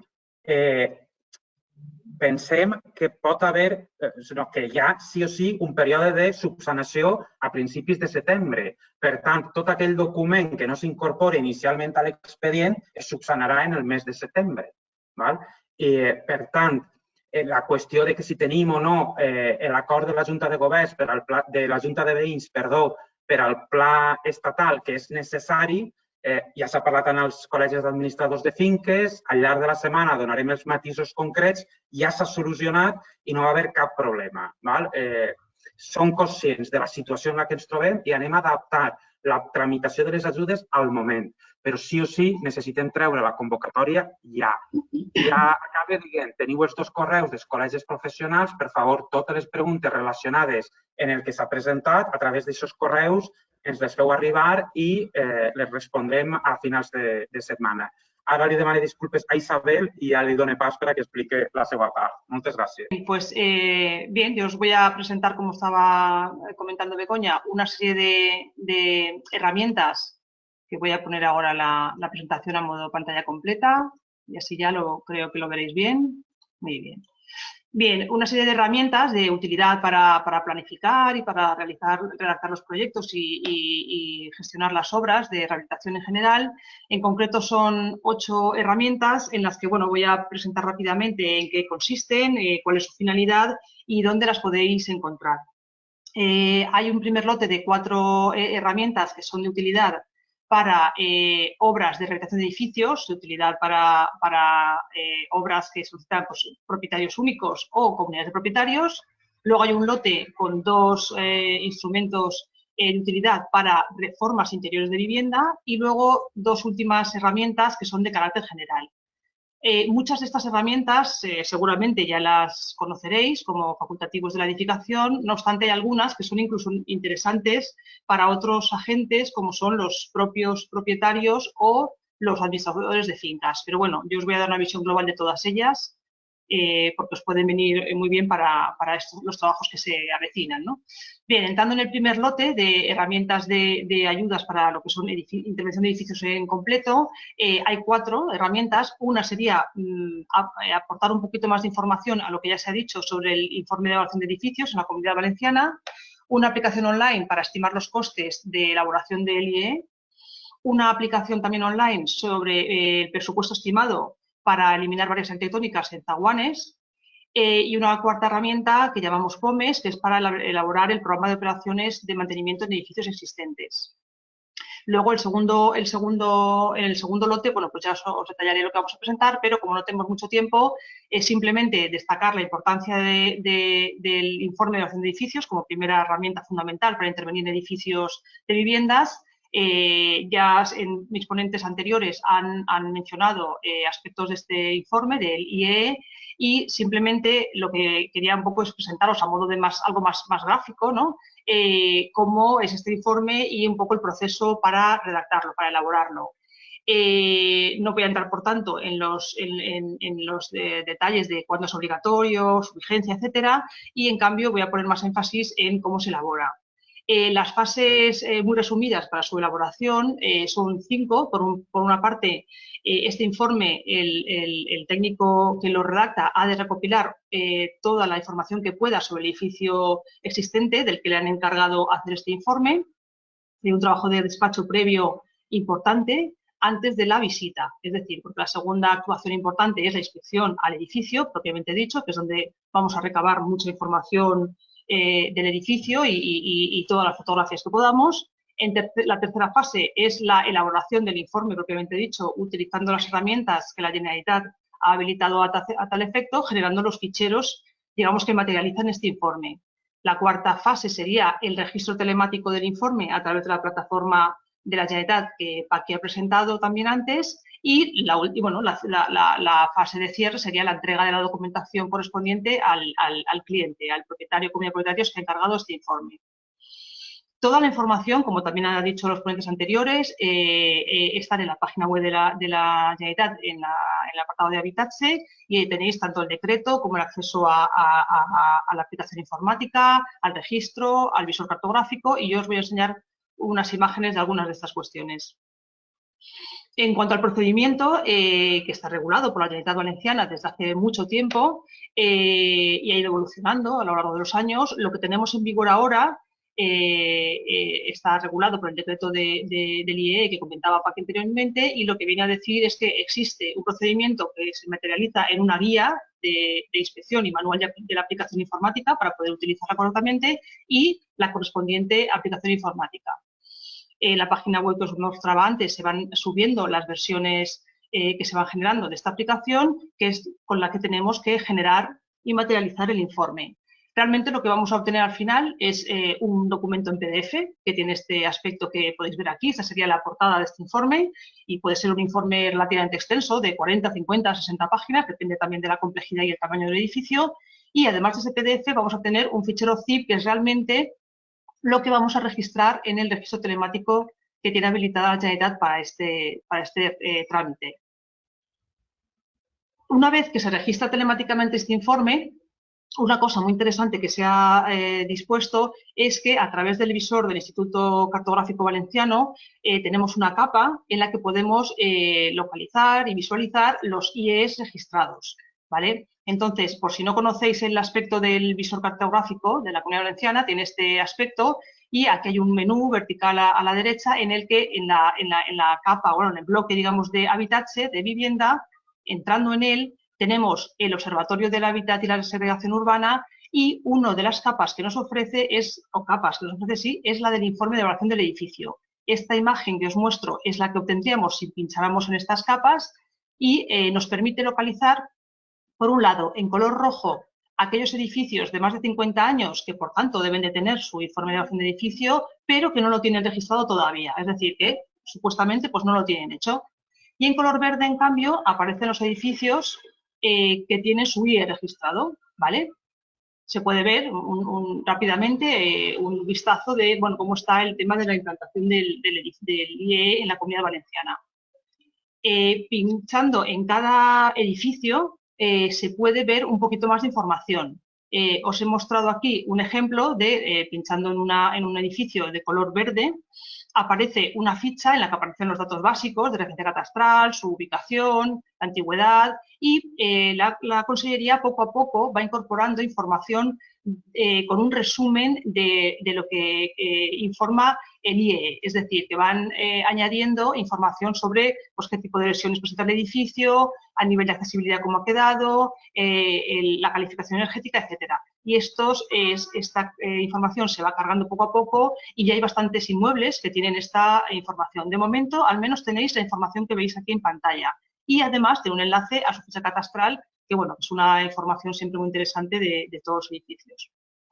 Bien, la segunda herramienta que os quería presentar es la aplicación online de estimación de costes para elaborar este informe, el IE. Es una herramienta de acceso libre y gratuito desde la página web del IBE. La podéis localizar en el menú del IBE, en el apartado de productos.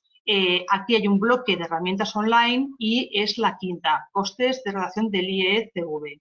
Bien, esta herramienta nos permite establecer, pues bueno, tal y como se llama, ¿no? Los costes para elaborar este IE para que el facultativo pueda tener una orientación, ¿vale? No son los honorarios lo establece lógicamente cada profesional, ¿vale? Y lo que se viene el procedimiento que se ha utilizado es determinar el tiempo necesario para que un facultativo realice todas las tareas de elaboración de un IE en las fases que os comentaba y se le aplica un precio básico de técnico especializado, ¿vale? Una vez que entráis en este enlace, os voy a mostrar un poco el aspecto que tiene. Nos permite seleccionar una de estas tres opciones, ¿vale? Estudio del coste de redacción del IE, estudio del coste de redacción del IE con el certificado energético y solo el estudio del coste de la redacción de un certificado energético. La opción que deberemos consultar para elaborar un IE completo es la del medio, ¿vale? La que pone IE más CE, que es certificado de eficiencia energética del edificio. ¿Por qué? Porque el IE completo es el que tiene introducido el PDF de su certificado energético, ¿vale? Entonces, a modo de ejemplo, este sería un caso práctico de un edificio que supuestamente queremos establecer los costes de elaboración y tenemos que recabar estos poquitos datos, pues el número de viviendas, número de zaguanes, si tiene locales, etcétera, una serie de características. ¿Por qué? Porque una vez que entramos aquí, la aplicación online nos va a hacer esas preguntas, pues cuántas viviendas tiene, cuántos zaguanes, si tiene comerciales o sótanos, etcétera. En cuanto a los datos que nos pide de número de fachadas o número de cubiertas o número de medianeras, pues bueno, no hace falta que seamos muy finos y que si el edificio tiene patios interiores, pues nos preocupemos de cuántas fachadas son, porque cuando veáis que vais cliqueando en estas opciones y vais seleccionándolas, los honorarios, pues es posible que no cambien mucho, pero bueno, ya nos da una combinación interesante de características de un edificio vinculado a unos costes de elaboración, ¿vale? En la parte inferior aparece una descripción de estos costes y a partir de aquí, bueno, pues el técnico se puede hacer una idea, ¿vale? Tanto el tiempo que le puede costar y los costes de la elaboración del informe de evaluación del edificio. Muy bien. La siguiente herramienta que os queríamos presentar es la que nos permite elaborar un presupuesto estimado de eliminar barreras arquitectónicas en los zaguanes de edificios, ¿vale? Esta herramienta también la encontramos en el apartado de productos, herramientas online, y es la tercera, costes, accesibilidad, zaguanes.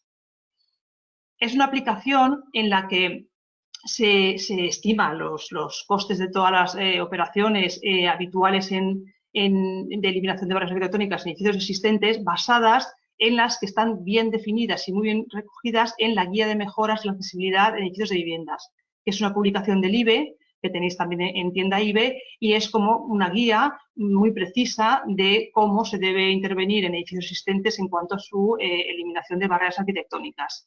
En esta aplicación de estimación de presupuesto nos ofrece 6 posibilidades muy habituales en intervención de edificios, de viviendas, como son la eliminación de peldaños a través de una rampa que puedan haber en el zaguán, la bajada a cota cero de la parada de planta baja del ascensor. También hay las operaciones habituales de colocar una plataforma elevadora o un salvaescaleras. Y también, lógicamente, hay dos grandes apartados de operaciones de colocar ascensor en el hueco de la escalera o colocar ascensor por fachada o por patio. Yo os voy a mostrar un ejemplo de intervención de bajar a cota cero la parada planta baja del ascensor, porque es bastante frecuente, ¿vale? En esta aplicación nos van a preguntar pues, datos del edificio, pues, de número de viviendas, número de plantas, el tamaño de la cabina, cuántas personas ocupan actualmente. Y hay incluso son preguntas sencillas de respuesta sí o no, o algún número, ¿vale? E incluso hay preguntas en las que podemos contestar no lo sé, porque si esta aplicación, por ejemplo, la utiliza un administrador de fincas o un profesional de la edificación que no conoce mucho el edificio, puede encontrarse con preguntas como, por ejemplo, si es necesario modificar la red de evacuación de aguas. Si no sabemos si realmente hay algún tipo de colector o de conducto enterrado a la altura de donde tenemos que bajar a cota cero el ascensor, pues bueno, ponemos no lo sé y la aplicación ya lo tiene en cuenta. Nos va a preguntar una serie de cuestiones en varias ventanas y finalmente nos muestra un coste total de la intervención estimado. Y en pequeñito tendríamos una cantidad un poquito mayor porque contempla las condiciones que no hemos podido concretar. Bien, pues esta aplicación es también muy sencillita de utilizar y bueno, pues nos da una estimación bastante interesante en lo que son intervenciones habituales. Bien, la siguiente aplicación online también es el programa POMES, que es un programa que nos permite generar el programa de operaciones de mantenimiento en edificios existentes. Lo encontramos también en el mismo apartado de productos, os comentaba antes, de herramientas online, y es la penúltima herramienta, POMES. El aspecto de esta herramienta también es bastante amable y sencillo, pero aquí sí que es cierto que requiere la participación de un profesional de la edificación porque nos van a pedir algunos datos más precisos sobre soluciones constructivas, etc. Esta aplicación es realmente interesante para aquellos edificios que ya tienen el informe de evaluación de edificio hecho, porque su fichero XML, el que se genera una vez que se finaliza y bueno, se inicia la elaboración de un IE con la aplicación informática, este fichero XML se puede cargar a través de esta aplicación y ya se alimentan multitud de datos del edificio y nos ahorramos tener que picarlos, que escribirlos, ¿bien? Pero si el edificio no tiene el IE, bueno, pues se rellenan, se cumplimentan. Entonces, a modo de resumen, simplemente que sepáis que lo que nos ofrece esta aplicación es un calendario de los próximos 10 años, divididos en los 2 semestres cada año, en el que los cuadraditos de colores significan que en ese semestre hay que hacer algún tipo de intervención. Entonces, la imagen que os muestro es, por ejemplo, la que nos pide en el año 2, en el semestre 1, para las cubiertas, ¿vale? Y para cubierta, por ejemplo, plantas 9 sobre viviendas, en las que ya nos detalla qué operaciones de mantenimiento debería de promover la comunidad de propietarios o el propietario único de ese edificio. Entonces, a modo de resumen, pues nos va a decir si tenemos que hacer algún tipo de operación de tarea de limpieza y eliminación de posible vegetación o nidos, observar si hay retenciones de agua, observar posibles obstrucciones en la red de evacuación, limpiar el revestimiento, etcétera. Y así, digamos, conseguimos disponer de un programa de mantenimiento que ya sabemos que los edificios de reciente construcción sí que tienen en su libro del edificio un programa de mantenimiento, de procesos de mantenimiento, pero los edificios que tienen cierta antigüedad pues ya nos exigía ese libro del edificio y por tanto sus propietarios no tienen un programa de mantenimiento. Y es uno de los instrumentos que sí que nos gustaría fomentar, que se elaboraran estos programas de mantenimiento porque son los que realmente permiten mantener los edificios en condiciones y gracias a un buen mantenimiento no tenemos que recurrir a lo que son las intervenciones, digamos, de reparación urgentes que siempre llevan costes más importantes. Bien. El segundo bloque de herramientas que os queríamos presentar, que son las dirigidas a intervenciones en el interior de viviendas para su reforma, son por un lado la aplicación online para estimar el presupuesto de una reforma de una cocina o un baño y la guía de condiciones básicas de la vivienda existente. Bien, en cuanto al presupuesto estimado de cocinas y baños, también lo encontramos en el apartado de productos de la web del IBE, presupuesto de reformas, y aquí podemos entrar ya a estimar la reforma de una cocina o de un baño. Siempre es interesante que os registréis porque esto os permitirá guardar el presupuesto para futuras consultas, guardar los PDFs y volver a imprimir las veces que necesitéis, etcétera. Es una herramienta también muy intuitiva. Bien, pues os voy a mostrar un ejemplo de presupuesto de reforma de una cocina en la que nos va a preguntar unos poquitos datos, la superficie en metros cuadrados, el ancho y largo principales del recinto, la longitud de la bancada y la altura a falso techo. Y ya nos va a ir preguntando, a través de estas pestañas que están en color gris, nos va a ir preguntando características del mobiliario de la bancada que queremos, del alicatado o el aplacado, del pavimento, del falso techo y de las instalaciones. Entonces, a modo de ejemplo, por ejemplo, en el apartado de mobiliario y bancada, tenemos unas subpestañas, en este caso son 4, que nos va a pedir detalles muy sencillos sobre cómo queremos el mobiliario, la encimera, el fregadero y la placa y horno, placa de cocción y horno. Entonces, en el caso del mobiliario nos va a preguntar pues, el tipo de acabado que queremos. Yo he seleccionado a modo de ejemplo pues DM, laminado, PVC. Una gama, pues gama estándar. De campana extractora, pues como el cliente no quiere cambiarla, no señalamos nada. Y en cambio sí que señalamos que hay una partida, o que debería de una partida de eliminar mobiliario existente, ¿vale? Porque vamos a retirar el mobiliario existente para poner uno nuevo. Y en la parte inferior ya nos va apareciendo las cantidades, ¿vale? De esas partidas. El siguiente apartado sobre los revestimientos de paredes, alicatados y aplacados, pues lo mismo, nos va a pedir que especifiquemos el tipo de baldosa de una selección que nos ofrece, bastante modesta, pero que abarca casi todas las posibilidades, la gama que queremos y el tipo de colocación. Y lo mismo, en la parte inferior van apareciendo la estimación del presupuesto. Una vez que que hemos pasado por las 5 pestañas hasta instalaciones, pues ya nos va a aparecer el resumen de presupuesto, ¿no? El presupuesto de estos 5 capítulos. Y aquí, pues bueno, nos muestra incluso la cifra, ¿no? 5.232 para la cocina que hemos muestreado. Y la aplicación online nos permite imprimir el presupuesto en PDF, guardarlo, abrir un presupuesto nuevo, etcétera.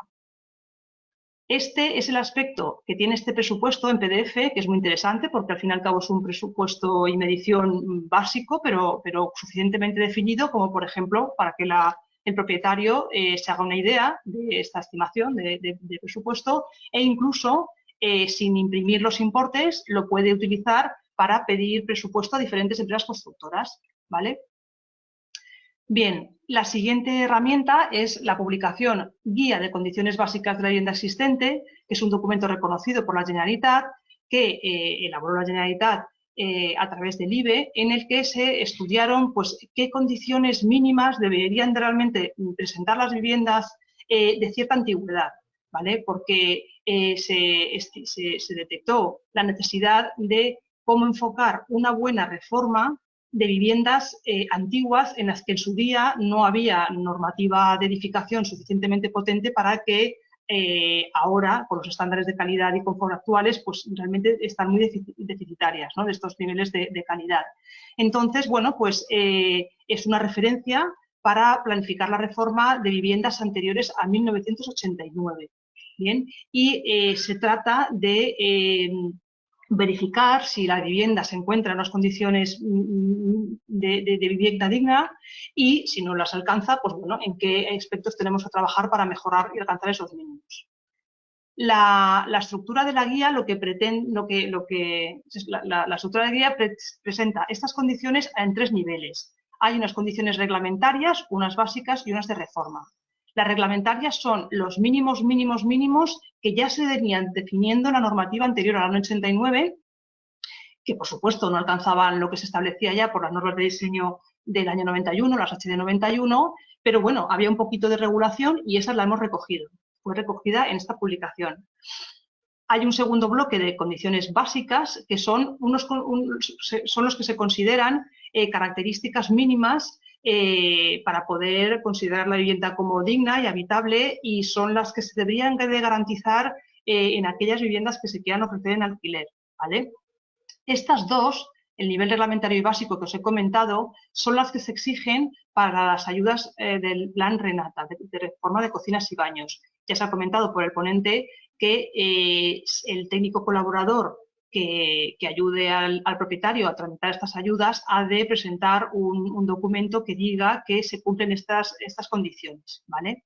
Y luego hay un tercer bloque de condiciones que se llaman de reforma, que son realmente las condiciones que se proponen a realizar, ¿no? O sea, realmente cualquier reforma que se haga en el interior de la vivienda debería de aspirar a cumplir estas condiciones porque ya se aproxima pues, mucho a los niveles de confort actual. Lógicamente no se pueden alcanzar los de obra nueva, pero en algunos aspectos bastantes condiciones. Entonces, el aspecto de la guía, que tiene 2 tomos, es este, y realmente el tomo 1, que son las condiciones del edificio, en lo que son elementos comunes, no vamos a entrar, pero en cambio en el tomo 2, que se destina a las condiciones en el interior de las viviendas, sí que es el de que deberían consultar los técnicos colaboradores de las ayudas del Plan Renata para verificar si la intervención que están haciendo es conforme a estos niveles, ¿vale? A los de reglamentario y básicos. El aspecto de las características que se presentan es este.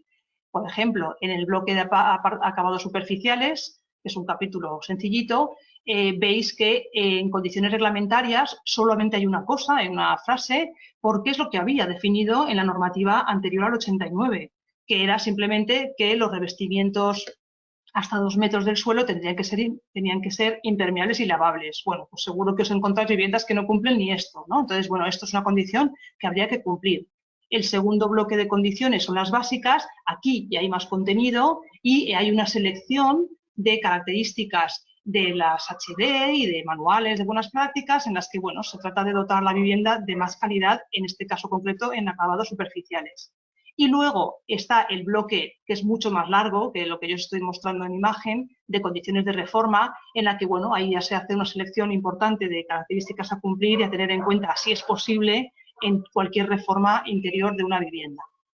Bien, como os comentaba, las condiciones reglamentarias y básicas son las que hay que cumplir o justificar de alguna manera por el técnico colaborador en los expedientes de ayudas del Plan Renata, y se hizo una ficha, que son estas que veis aquí en pequeñito y que se pueden descargar de la página web de GVA, en la que es una ficha de ayuda tipo checklist para que el técnico colaborador pues, tenga un vaciado de estas condiciones reglamentarias y básicas en cocinas y baños, ¿vale?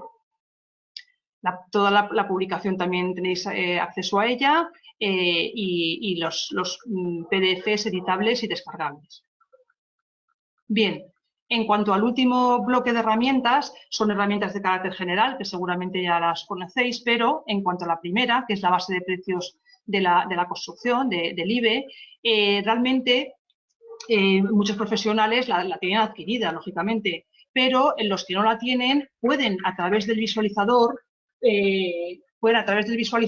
consultar pues, los precios y la descripción de multitud de unidades de obra, ¿vale? El acceso a este visualizador también se produce desde el apartado Productos, Herramientas Online, es la primera herramienta que tenemos, y el aspecto es el que conocéis de la base de precios de la construcción. Hay un índice de capítulos y hay un capítulo de rehabilitación, conservación y mantenimiento. Si entráis en él, tenéis la estructura de capítulos habituales y, por ejemplo, entrando en revestimientos, pues bueno, podemos ver si puedo consultar, por ejemplo, si quiero consultar un paramento, un suelo o un techo. Disculpad, voy a cerrar la ventana que están aplaudiendo. Bien, entonces, yo he preparado un ejemplo de consulta de suelo en la que, bueno, una vez que entramos en suelos podemos elegir qué operación queremos y yo he seleccionado sustituir un suelo y sí que nos va a pedir, bueno, pues qué tipo de material queremos sustituir. Entramos en la opción que nos interese, en la descripción que nos interese y nos preguntará pues, unas poquitas preguntas sobre el material, la dimensión, la colocación, el rejuntado, etcétera. El manejo es el mismo que el de la base de precios de la construcción, pero esto es un visualizador gratuito que no hace falta tener instalado en el ordenador. Y lo que nos viene a mostrar es el precio por metro cuadrado de esa unidad de obra que queríamos investigar, con su descripción y su descompuesto. También se puede descargar el BC3 de esta unidad de obra. Bien, y por último, presentaros, aunque el director general también la ha mostrado, la página web Calab, que es una página web de la Consejería de Vivienda que gestionamos desde el IBE, en la que vamos volcando la información, multitud de información relativa a la vivienda. Y hay un apartado interesante de ayudas económicas, y como el objeto de la jornada de hoy era ayudas económicas, mostraros el aspecto que tiene este apartado, en el que hay con un lenguaje más cercano, destinado quizás mejor a los ciudadanos y a los que no son profesionales de la edificación, con un lenguaje más sencillo, pues se presentan estas ayudas. Y a fecha de hoy, lo que tenemos mostrado en la página web, si lo consultáis, es un resumen de las ayudas de la convocatoria anterior, del 2019, porque en un par de días ya actualizaremos la del Plan Renata, porque se publicó su orden el viernes, y a medida que se vayan publicando las resoluciones con las convocatorias, pues ya iremos actualizando esta información, ¿vale? Pero siempre de un año para otro mantenemos la información del año anterior, porque como habéis visto, las condiciones de las ayudas normalmente se mantienen o pueden mantenerse, y es interesante mantener esta información hasta que es actualizada. Bien, pues por mi parte yo ya he terminado. Lo interesante, lo que queríamos destacar era que supierais que existen estas herramientas y dónde las podéis ubicar. Y bueno, pues recordar lo que comentaban anteriormente los ponentes, que cualquier consulta que os quede o surja más adelante, podéis dirigirla a los correos electrónicos que figuran en la convocatoria, utilizando el correo electrónico de vuestro colegio profesional correspondiente. Y cualquier duda que os surja también de herramientas específicas, por supuesto que también podéis contactar con nosotros a través de los correos electrónicos que hay en la web del IBE. Y bien, pues muchísimas gracias a todos y buenas tardes.